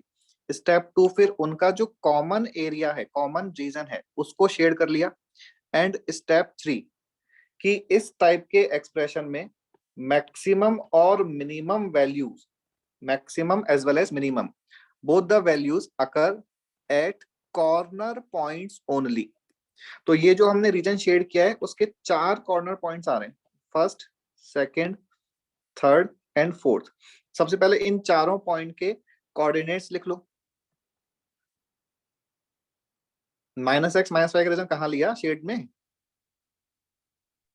तो शेड में नहीं, वो आपने एरो रखे ना। नहीं, वो तो हमने ये बोला कि since y is greater than equal to 0, तो x सिर्फ इस वाले पार्ट का एरो है ये तो। ठीक है, तो ऐसा क्यों है कि मैक्स वाले पॉइंट्स कॉर्नर्स पे है, लाइक मैक्सिमम वैल्यू हमको कॉर्नर्स पे मिलेगा? ये वो तुम 12th में पढ़ोगे, this is known as corner point theorem.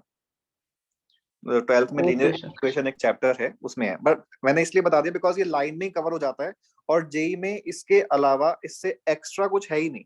Only इतना ही है लीनियर इनइक्वेशन का पार्ट।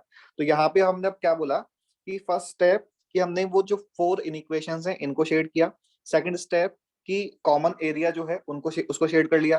थर्ड स्टेप कि जो जितने भी कॉर्नर पॉइंट्स आ रहे हैं उन सबके कोऑर्डिनेट्स लिखने हैं। तो अभी जो कोऑर्डिनेट्स हैं ये हमें पता है कि 0,0 है। ये वाला पॉइंट हमने जब लाइन को मार्क किया था तो 2,0 आ गया था। ये वाला पॉइंट ऑलरेडी लिखा हुआ है 0,4। और ये वाला पॉइंट सॉल्व करके आएगा। सॉल्व कैसे? इस लाइन को और इस लाइन को सॉल्व करके आएगा। तो इन दोनों को सॉल्व किया तो बोला कि आंसर आ रहा है ये वाला पॉइंट। क्या बोला था? 3,1। 3,1। तो ये 3,1। तो हमने ऑल 4 कॉर्नर पॉइंट्स फाइंड कर लिए। अब z का वैल्यू इन चारों पॉइंट पे फाइंड कर लो।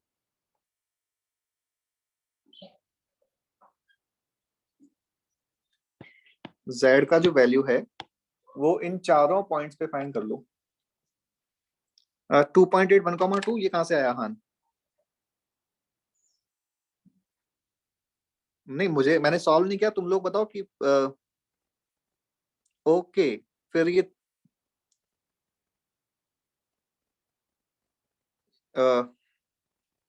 एक मिनट।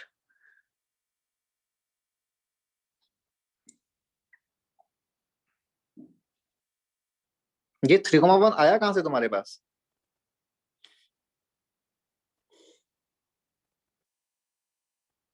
ये वाला पॉइंट तो गलत है जो तुम लोग 3,1 बोल रहे हो। पॉइंट कहां से बोल रहे हो? गलत पॉइंट है। ये वाला पॉइंट कौन सा पॉइंट आएगा? इन दोनों लाइन का इंटरसेक्शन पॉइंट। ठीक है, एक बार वापस से देखो। ये वेदांत ने जो बोला था पॉइंट के कोऑर्डिनेट्स 3,1 वो रॉन्ग है। हाँ, शौनक ने बोला है 14/5, 6/5। ये ठीक है। अब एक बार मैं इसको हटा देता हूं। तो ये वाला जो पॉइंट है वो इस लाइन और इस लाइन को सॉल्व करके आ जाएगा। और सॉल्व करने के बाद बोला गया 14/5, 6/5 आ रहा है। ठीक है, अब हम मान लो ये this is O, this is A, this is B and this is C। तो Z का वैल्यू O पे फाइंड करेंगे, Z का वैल्यू A पे फाइंड करेंगे, Z का वैल्यू B पे फाइंड करेंगे,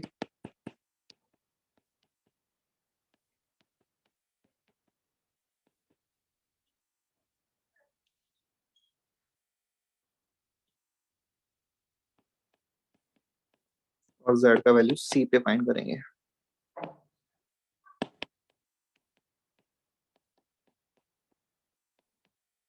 तो ये Z की चारों कॉर्नर पॉइंट पे ये 4 वैल्यूज आ रही हैं।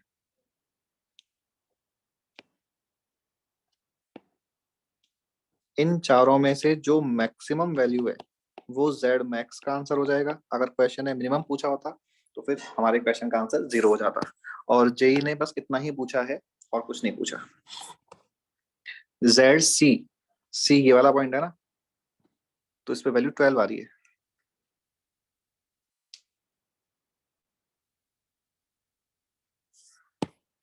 तो लीनियर इनइक्वेशन का कंसेप्ट भी क्लियर है इसी चैप्टर में, स्ट्रेट लाइन में। Linear inequation only JEE Mains में ही है। अच्छा, तुम लोगों का तो ओनली मेंस ही है। तो यहाँ पे हम इंटरसेक्शन पॉइंट फाइंड करेंगे। जो बी पॉइंट है ये इन दोनों लाइन का इंटरसेक्शन पॉइंट है, this line and this line. Equation of this line is x plus y equal to 4 and equation of this line is 3x minus 2y equal to 6.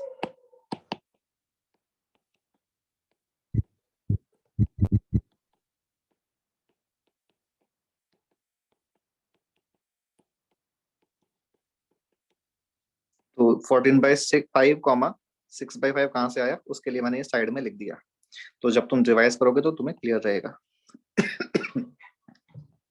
ठीक है, चलो पर वापस से पर स्ट्रेट लाइन पे आते हैं। तो हमने लास्ट में बात की है लाइंस को ड्रॉ करने की। अब नेक्स्ट इज अपने पास relative position of 2 points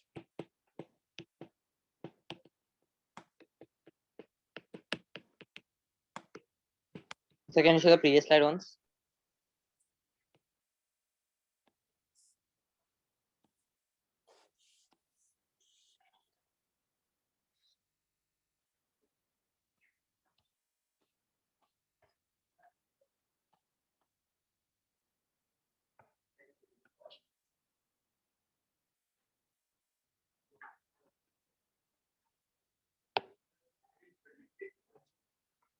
done.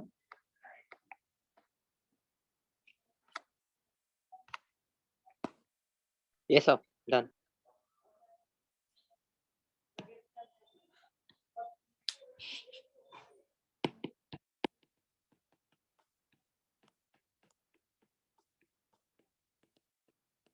Relative position of 2 points with respect to a line। मान लो हमें 2 पॉइंट के कोऑर्डिनेट्स P, हाँ ये नेक्स्ट टॉपिक है इस चैप्टर का, P एंड Q गिवन है और जो लाइन गिवन है वो ax plus by plus c equal to 0 given है। तो तुम्हें जैसे ये हेडिंग से समझ आया होगा कि हमें करना क्या है कि ये जो 2 पॉइंट के कोऑर्डिनेट्स गिवन है इन दोनों पॉइंट को इस लाइन के रेस्पेक्ट में चेक करना है कि ये लाइन के रेस्पेक्ट में सेम साइड में है या अपोजिट साइड में। मतलब कि जैसे लाइन मान लो ये है, तो अगर P और Q इस तरह से है तो ये लाइन के रेस्पेक्ट में सेम साइड में है, और अगर मान लो P यहाँ पे है और Q यहाँ पे है तो ये लाइन के रेस्पेक्ट में अपोजिट साइड में है। और ये समझ कैसे आएगा मैथमेटिकली बिना एक्स्ट्रापोलेशन ड्रॉ किए कि if ax1 plus by1 plus c into ax2 plus by2 plus c is positive, then same side, and if same expression is negative, then opposite side।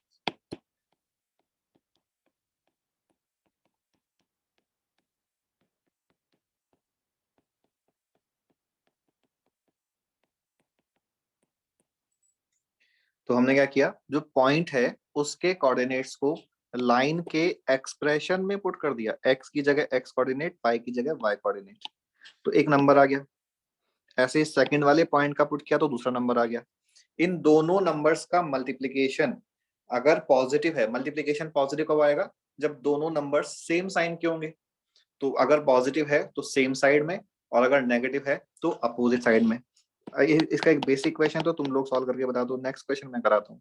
Question क्या कि 2,3 5,-7 and line is 2x plus y minus 1 equal to 0।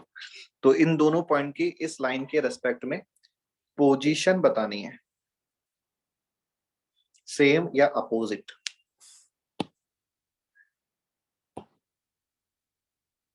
Sir हमको कैसे पता कि अगर मतलब positive आएगा तो सेम साइड, वो कैसे आया? बता रहा हूँ अभी, तुम इसका आंसर बताओ।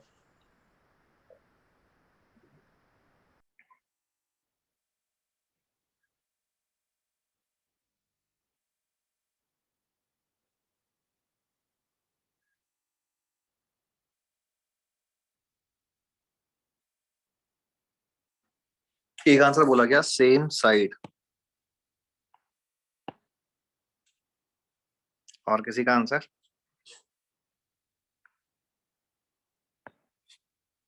Same side. तो यहाँ पे हमको करना क्या था कि जो x और y है इनके प्लेस पे ही पॉइंट पुट करना है। तो फर्स्ट पॉइंट पुट किया तो 2 इंटू 2 प्लस 3 माइनस 1, माइनस 1 भी इंपॉर्टेंट है। ऐसे सेकंड पुट किया तो 2 इंटू 5 माइनस 7 माइनस 1। अभी फर्स्ट ब्रैकेट जो है 7 माइनस 1 6 पॉजिटिव आ रहा है, सेकंड ब्रैकेट 10 माइनस 8 2 पॉजिटिव आ रहा है।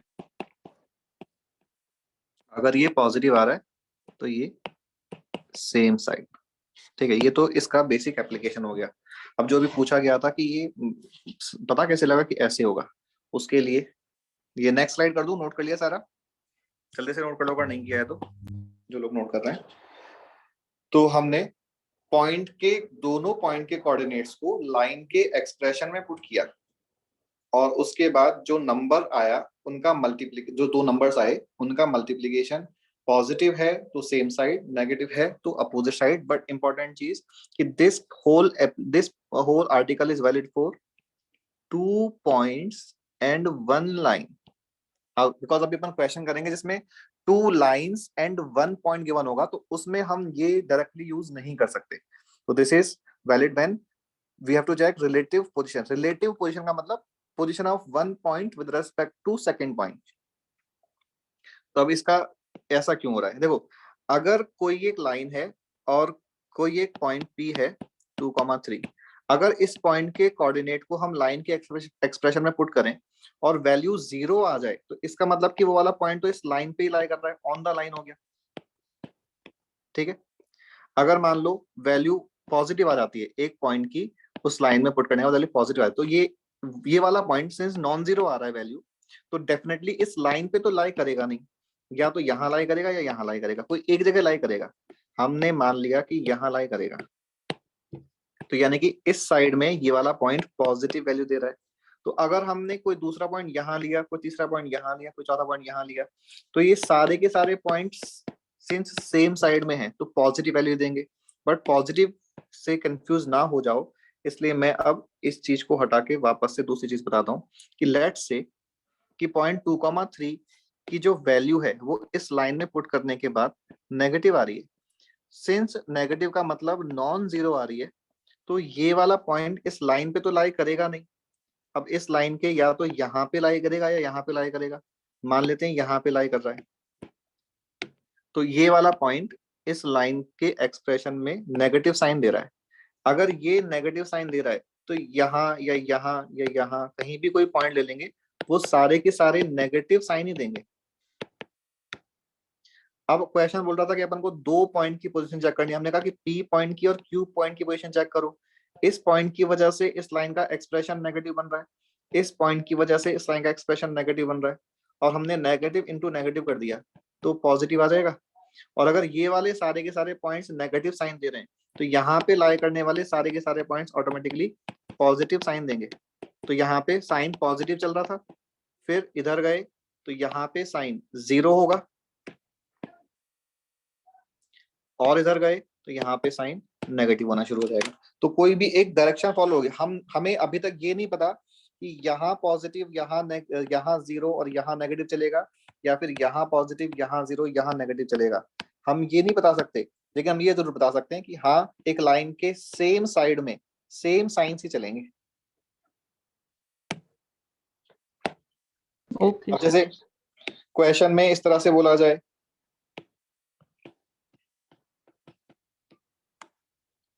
Find k if point k comma k plus 1 lies between the lines को लिया अपन ने x plus 2y equal to 5 and x plus 2y equal to 9। तो सबसे पहला पॉइंट कि ये जो हमने लास्ट स्लाइड में जो पॉइंट लिखा है ये वाला, ये नेक्स्ट वाले क्वेश्चन के लिए एप्लीकेबल नहीं है, because that point was applicable when 2 points were given and 1 line was given. In this case 2 lines are given and 1 point k comma k plus 1 is given. तो इस सिचुएशन को हम किस तरह से सॉल्व करेंगे, तो एक बार देखना कि सबसे पहला स्टेप हमने एक्स वाई प्लेन में इन दोनों लाइंस को ड्रॉ कर लिया। तुम लोग एक बार करो इन दोनों लाइंस को ड्रॉ एक्स वाई प्लेन में। x plus 2y equal to 5 and x plus 2y equal to 9। जितने तुम लोग ड्रॉ करो, x plus 2y equal to 5, x plus 2y equal to 9।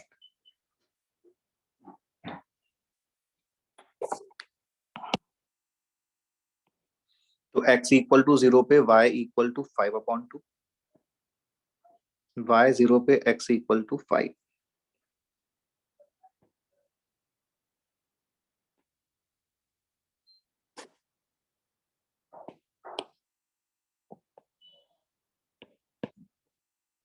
Second line जो है वो देख के समझ आ गया होगा कि लाइन पैरेलल लाइन है। x इक्वल टू 0 पे y इक्वल टू 9/2, तो ये इस तरह से बनेगी।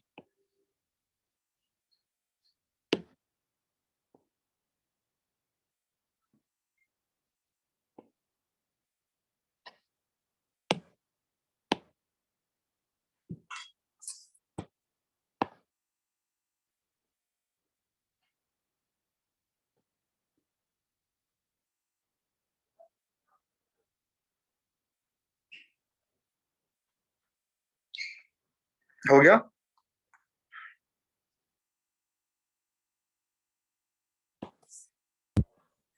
हमने दोनों लाइंस को ड्रॉ कर लिया। अब इन लाइन को क्वेश्चन ने जो बोला है कि if this point lies between the lines, का मीनिंग क्या हुआ कि ये ऐसे कहीं लाई करना चाहिए, यहाँ पे या यहाँ पे या यहाँ पे, बस ऐसे कहीं लाई करना चाहिए, इन लाइंस के बीच में ही लाई कराना है बस। तो अगर हमने मान लो यहाँ पे कहा कि ये वाला पॉइंट यहाँ लाई करना चाहिए बिटवीन द लाइंस, तो अब एक बार मैं इक्वेशन और लिख देता हूँ कि this is x plus 2y equal to 9 and this is x plus 2y equal to 5। k की value between 1 and 7/3। Let's check. तो अभी अब इसका सॉल्यूशन क्या है कि अब हमने जब ये डायग्राम बना लिया तो we can say that this point P and this point O की पोजीशन अपन को फिक्स पता है कहाँ पे है। तो इस डायग्राम के according O and P lie on opposite sides of first line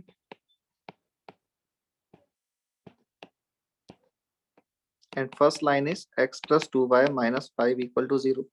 तो O को पुट किया और P को पुट किया,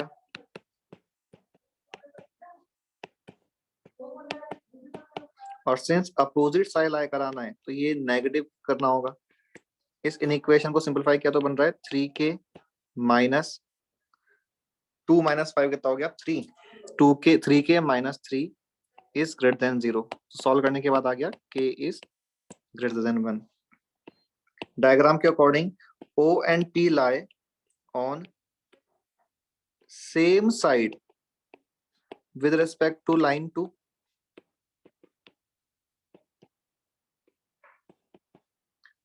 यहाँ पे O और P ये दोनों इस लाइन के रेस्पेक्ट में सेम साइड में लाई कर रहे हैं। ये डायग्राम देख के समझ आ रहा है?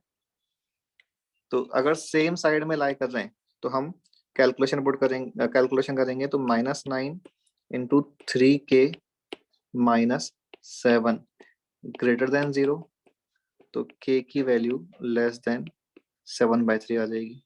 हाँ, तो ये इस आंसर और इस आंसर का इंटरसेक्शन लिया तो k की वैल्यू 1 से 7/3 आ जाएगी। ठीक है। अब देखो इस वाले क्वेश्चन में कंफ्यूजन ये भी होता है कई बार, हम एक बार मैं बताता हूँ, एक बार ये नोट कर लो सारा। और अभी जो मैंने लिखा है उसमें कुछ डाउट पूछना है तो बताना। हाँ, Why do we have to prove that 7 by O and P are on the same side as x plus 2y minus 9 is equal to 0? So why can't we just assume it is like that and then get the answer?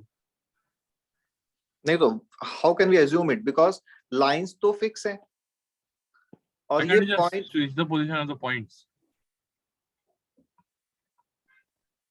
नहीं तो Like we जैसे तुमने वापस से बोलो एक बार तुम। What if we just assume that P and O are on the side same side compared to x plus 2y is equal to 9? ये अज्यूम कैसे कर सकते हो? ये तो अपन ने चेक किया है। ये हमने कहा कि since these lines are fix lines and question is asking to put this point P between the lines. Between the lines का मीनिंग हुआ कि इस वाले रीजन में लाई करना चाहिए पॉइंट P बस। And if this point P is lying between the lines, then, and since origin is also fixed, so as per this diagram, O and P are on opposite sides of this line, and O and P are of same side of this line. Just one more example in this.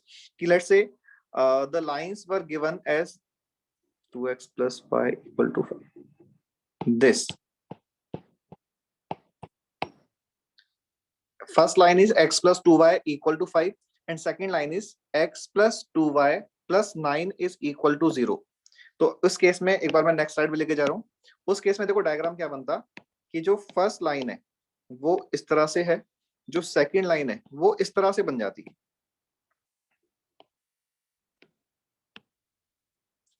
और अब origin यहाँ पे है और हमें point P in line के बीच में यानी कि इस रीजन में कहीं लाई कराना होता, तो हम बोलते हैं कि O and P are now on same side of this line as well as same side of this line। अभी हम दोनों के लिए ही सेम साइड में लाई कराते, तो ये क्वेश्चन के इंफॉर्मेशन पे डिपेंड करेगा कि लाइंस किस तरह की गिवन है। तो अगर सिचुएशन ये बनता तो फिर O and P will be on same side of line L1 as well as L2। But last वाले क्वेश्चन में जो डेटा ये वाला था कि x plus 2y equal to 9, तो as per diagram O and P are on opposite side of first line but same side of second line. Okay, sir.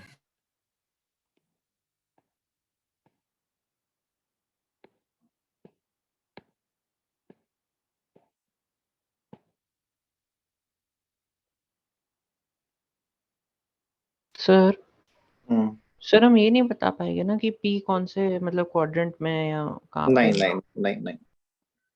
Okay sir.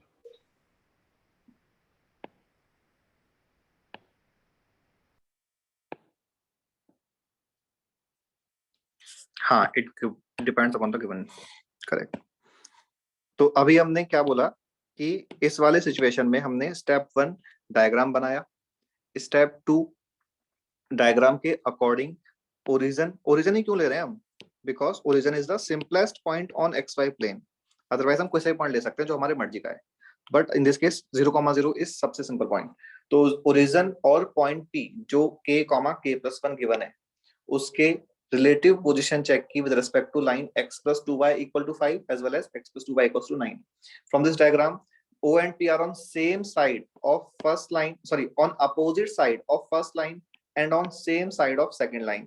Opposite side के लिए हमने less than 0 कर दिया and same side के लिए हमने greater than 0 कर दिया, और दो k की इनइक्वेशंस जो बनी उन दोनों के आंसर का इंटरसेक्शन लेके, क्योंकि दोनों ही कंडीशंस होल्ड करनी चाहिए, तो इंटरसेक्शन लिया और इंटरसेक्शन लेने के बाद हमारा आंसर 1,7/3 आ गया। अब इसमें जो कई बार अपन, जैसे एक बार मैं नेक्स्ट स्लाइड में लेके जा रहा हूँ, कई बार क्या करते हैं कि x plus 2y minus 5 equal to 0, x plus 2y minus 9 equal to 0, point is k, k+1। तो हमने k, k+1 को यहाँ पुट किया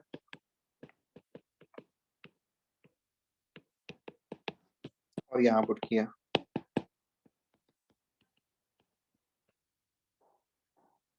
और ये बन गया 3k-3 और ये बन गया 3k-7। और अगर हमने ये लेस देन 0 कर दिया तो हमारा आंसर 1 से 7/3 आ जाता है। ठीक है, लेकिन ये वाला मेथड गलत है। ऑलवेज लेस देन 0 करना रॉन्ग है, बिकॉज जो मैंने अभी लास्ट में एग्जांपल लिया था ना, जब लाइंस इस तरह से थी, तो उस केस में ये इन दोनों का मल्टीप्लिकेशन पॉजिटिव आता है। तो हम इस क्वेश्चन को इस तरह से सॉल्व नहीं कर सकते कि हमने एक ही पॉइंट को दोनों लाइन में पुट करके उनका मल्टीप्लिकेशन लेस देन 0 कर दिया। नहीं, हमने प्रॉपर मेथड क्या लिया कि हमने दो अलग अलग पॉइंट लिए और उनको एक लाइन में पुट किया और फिर अकॉर्डिंगली सेम साइड है या अपोजिट साइड है उसके अकॉर्डिंग सॉल्व किया। ठीक है, नेक्स्ट क्वेश्चन जो थोड़ा सिंपल क्वेश्चन है, रिलेटिव नहीं, ऐसे कुछ है कि question find ratio in which line x minus 3y plus 4 equals to 0 divides line segment joining P 3,1 and Q 2,7.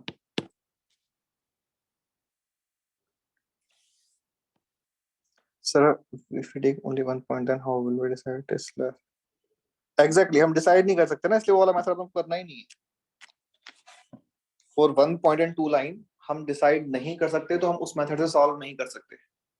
वो तो मैंने कहा कि अगर किसी ने एग्जाम में बाय मिस्टेक कुछ ऐसा करा तो ये मेथड रॉन्ग है। कई बार बाय मिस्टेक भी आंसर सही आ जाता है, but method is incorrect.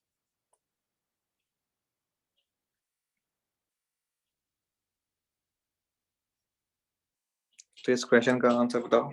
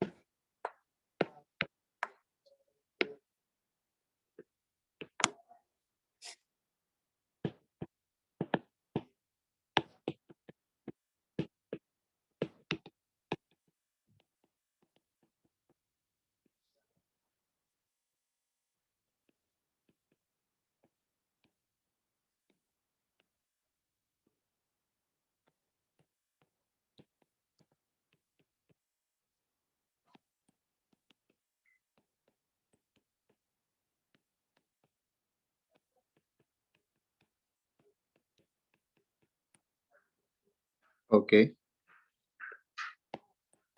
Sir internally divide कर रहे हैं ना।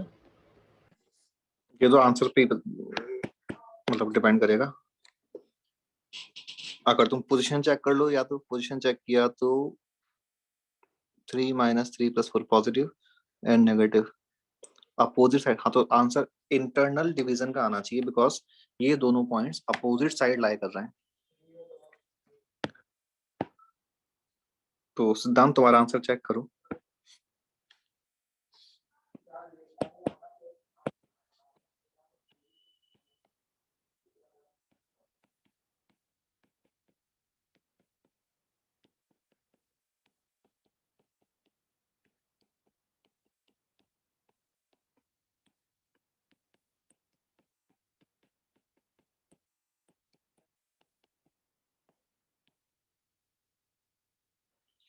टू के + 3 - 21k, 21k माइनस और +4k, 6 4 21, यानी कि माइनस का 15k।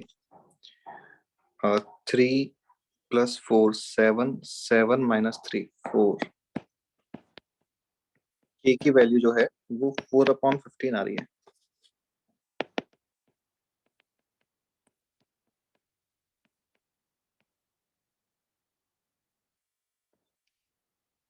तो ratio is 4/15, 4:15 internally.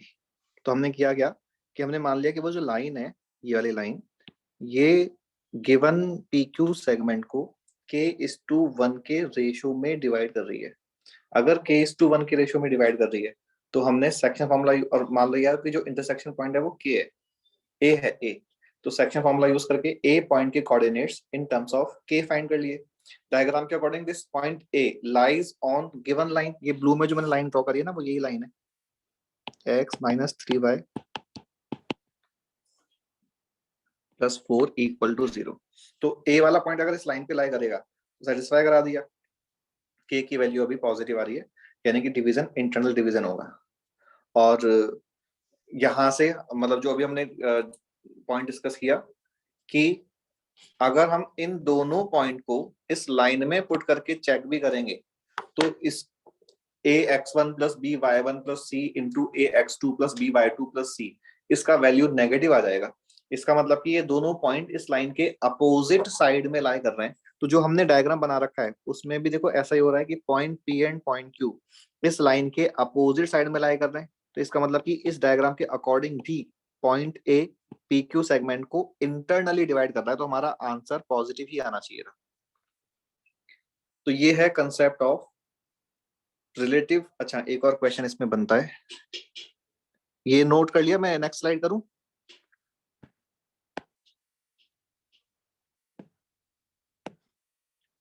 Question, find range of alpha and beta if points alpha, 0 and 0, beta lie inside of triangle ABC whose sides are given by x + y = 4,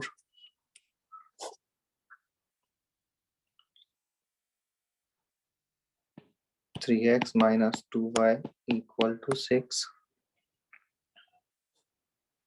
x negative, y positive, and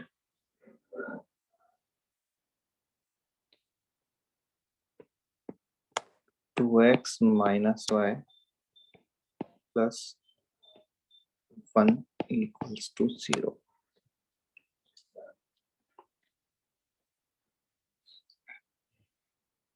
Find range of alpha and beta if these 2 points lie inside of triangle whose sides are given.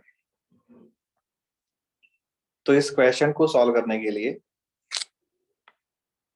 अगर हमने इस question में relative position of 2 points with respect to a line apply किया तो बहुत lengthy हो जाएगा, because alpha और बीटा की टर्म्स में मिक्स इनइक्वेशंस बनेंगी मल्टीप्लाइड फॉर्म में, जिनको सॉल्व करना काफी मुश्किल होगा। ऑल्दो 2 पॉइंट दे रखे हैं, पर हमें करना क्या होगा, अगर हम उस कंसेप्ट से जाएंगे तो इन दोनों पॉइंट की इस लाइन के रेस्पेक्ट में सेम साइड, एंड इस लाइन के रेस्पेक्ट में सेम साइड, एंड इस लाइन के रेस्पेक्ट में सेम साइड, तो 3 इनइक्वेशंस बन जाएंगी, बट तीनों में ही अल्फा बीटा मिक्स होगा, तो कैलकुलेशन वाइज बेकार हो जाएगा। तो इसका प्रॉपर मेथड क्या, सिंपल मेथड क्या, first step, draw these 3 lines in x y plane. करो ड्रॉ।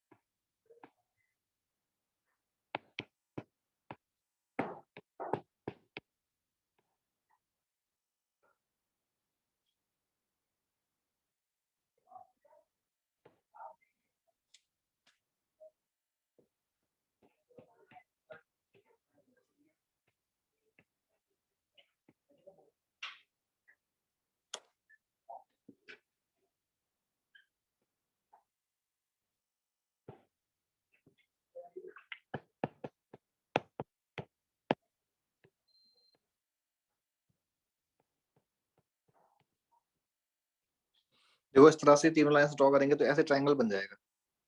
लाइंस को हमने ड्रॉ क्यों किया, ये हिंट कैसे मिलेगा क्वेश्चन से। देखो क्वेश्चन ने जो पॉइंट दे रखे हैं alpha comma 0 and 0 comma beta, इसका मतलब कि first point definitely x axis पे लाई कर रहा है, and second point definitely y axis पे लाई कर रहा है। ये एक इंपॉर्टेंट चीज है ऑब्जर्वेशन के लिए कि सिंस फर्स्ट पॉइंट का y कोऑर्डिनेट 0 है, तो first point is lying on x axis, and similarly second point is lying on y axis. और x एक्सिस और y एक्सिस का अपन यूज तभी कर सकते हैं अपन को xy प्लेन में डायग्राम पता हो।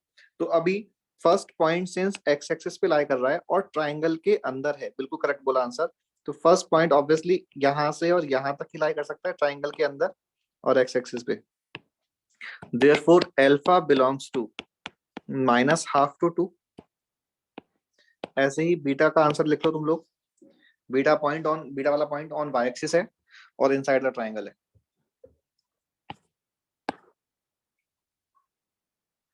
तो बीटा का आंसर -3 to 1।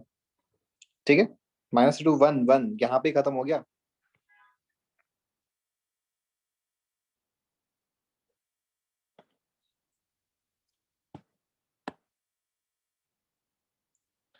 ठीक है, तो यहाँ पे हम इजीली डायग्राम की हेल्प से अल्फा और बीटा की वैल्यूज बता सकते हैं। सर हमने बड़ा ट्रायंगल लिया ना? ट्रायंगल तो एक ही बन रहा है, बड़ा छोटा क्या।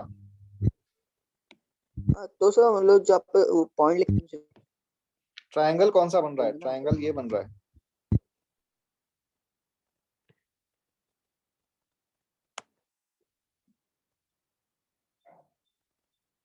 तो इस ट्रायंगल में आप देख लो कि एक्स एक्सिस और वाई एक्सिस का कितना पोर्शन इंक्लूडेड है।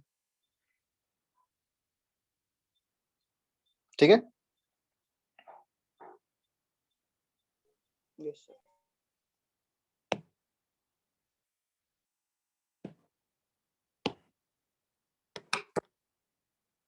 तो यहां तक की तो बात हो गई सारी। अब आगे है इसमें एंगल बाइसेक्टर। एंगल बाइसेक्टर के बाद फैमिली ऑफ लाइंस।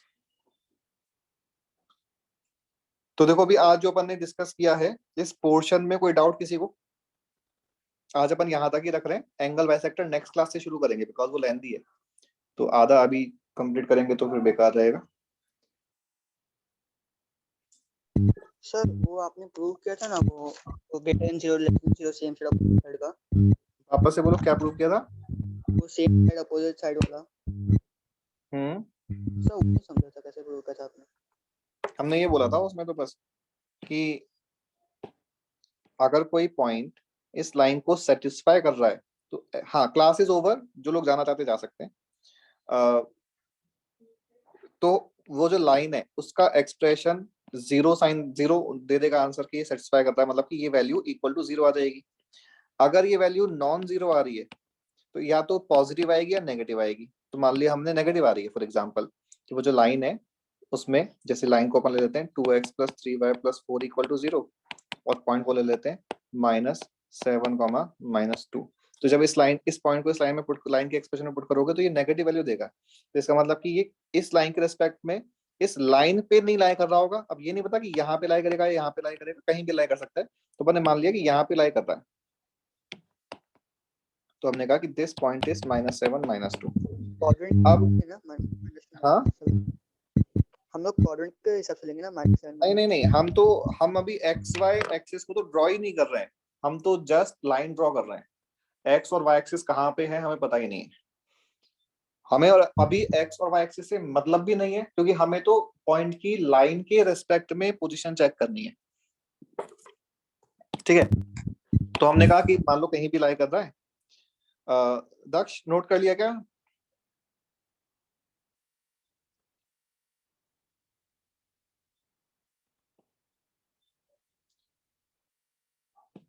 ओके अब अगर ये वाला पॉइंट इस लाइन के रेस्पेक्ट में नेगेटिव साइन दे रहा है तो इसका मतलब ये तो कंफर्म है ना कि यहाँ पे भी कोई पॉइंट लाई करेगा तो वो नेगेटिव साइन ही देगा, यहाँ पे भी कोई पॉइंट लाई करेगा तो वो नेगेटिव साइन ही देगा। ये कंफर्म क्यों है? बिकॉज हमने जब अभी डिस्कस किया तो हमने जब ये 2x मान लो तुमसे XY प्लेन में ये ड्रॉ करने को बोला होता, तो अगर इस साइड का रीजन इसका आंसर आ रहा है तो इसका मीनिंग की तो ये होता है कि इस साइड में लाई करने वाला पॉइंट हर एक पॉइंट नेगेटिव आंसर दे रहा है, तो इस साइड में सारे के सारे पॉइंट्स नेगेटिव आंसर देंगे।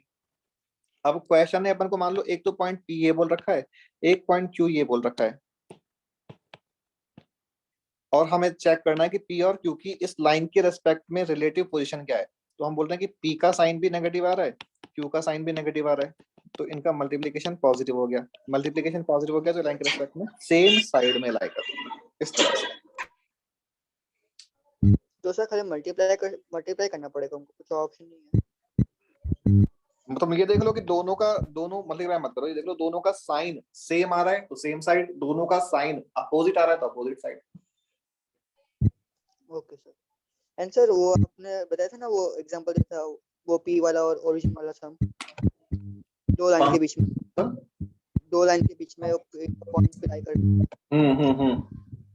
तो सर मैंने आपको लिख के दिया था ना कि मतलब हमको खाली 0 का मालूम नहीं कि लेस देन 0 की रिटर्न। हाँ, हम नहीं ले सकते, मतलब कि हमारे पास जो कंसेप्ट है वो concept for 2 points and 1 line है। हम उस कंसेप्ट को for 2 lines and 1 point use नहीं कर सकते। तो सर इसमें हम लोग ऐसे मतलब मालूम कर सकते हैं कि हम उसमें तो XY प्लेन में ड्रॉ करें ना हम लोग, तो उसमें ऐसे वो सम में XY प्लेन पे ड्रॉ कर रहे हैं ना। हाँ, उसको हमें x मतलब उस टाइप के क्वेश्चन को हमें XY प्लेन पे ड्रॉ करके ही सॉल्व करना हो, और कोई मेथड नहीं हमारे पास। हाँ, तो उसमें हमको मालूम पड़ सकता है कि P मतलब पॉइंट अगर फर्स्ट क्वाड्रेंट में है तो पॉजिटिव हो जाएगा। नहीं, क्यों हो जाएगा? अगर जैसे मैं अगर एग्जांपल लूं कि लाइन है x - 3y + 1 = 0 और इसके रेस्पेक्ट में अगर हम 0.2,7 पुट कर रहे हैं तो ये तो फर्स्ट क्वाड्रेंट में है, बट इसको तुम यहाँ पुट करोगे तो देखो नेगेटिव साइन आ रहा है। तो ऐसा नहीं है कि फर्स्ट क्वाड्रेंट का पॉइंट ऑलवेज पॉजिटिव साइन देगा किसी लाइन के रेस्पेक्ट में। तो उसमें XY प्लेन हम ड्रॉ करते हैं तो कौन सी लाइन के रेस्पेक्ट में बात कर रहे हैं हम लोग? दोनों लाइन के बीच में, अगर XY प्लेन ये है तो बोल रहे हैं कि उन दोनों लाइंस के बीच में ये पॉइंट लाई करना चाहिए। अब ये फर्स्ट क्वाड्रेंट में भी हो सकता है, ये सेकंड क्वाड्रेंट में भी हो सकता है, ये फोर्थ क्वाड्रेंट में भी हो सकता है, कहीं भी हो सकता है। तो हमको K का जो वैल्यू आया था 1, -7.3 तक, उससे ज्यादा वो लाइन के बाहर आ जाएगा। हाँ मतलब वो या तो इधर चला जाएगा इधर चला जाएगा। तो सर हमको ऐसा फाइंड करना बोला तो क्या करने का फिर, अगर आंसर साइड जाएगा तो? क्या? अगर हमको ऐसा फाइंड करना बोला कि 1,7/3 से ज्यादा है या फिर कम है, फिर जाएगा पड़ेगा फिर वो 0,0 हाँ और 0,0 के रेस्पेक्ट में और उस पॉइंट की कोई भी लाइन के रेस्पेक्ट में क्वेश्चन चेक कर लो। चलो अपन आज की क्लास यहाँ तक ही रखते हैं, फिर नेक्स्ट क्लास में कंटिन्यू करेंगे। ठीक है, गुड बाय। Okay sir.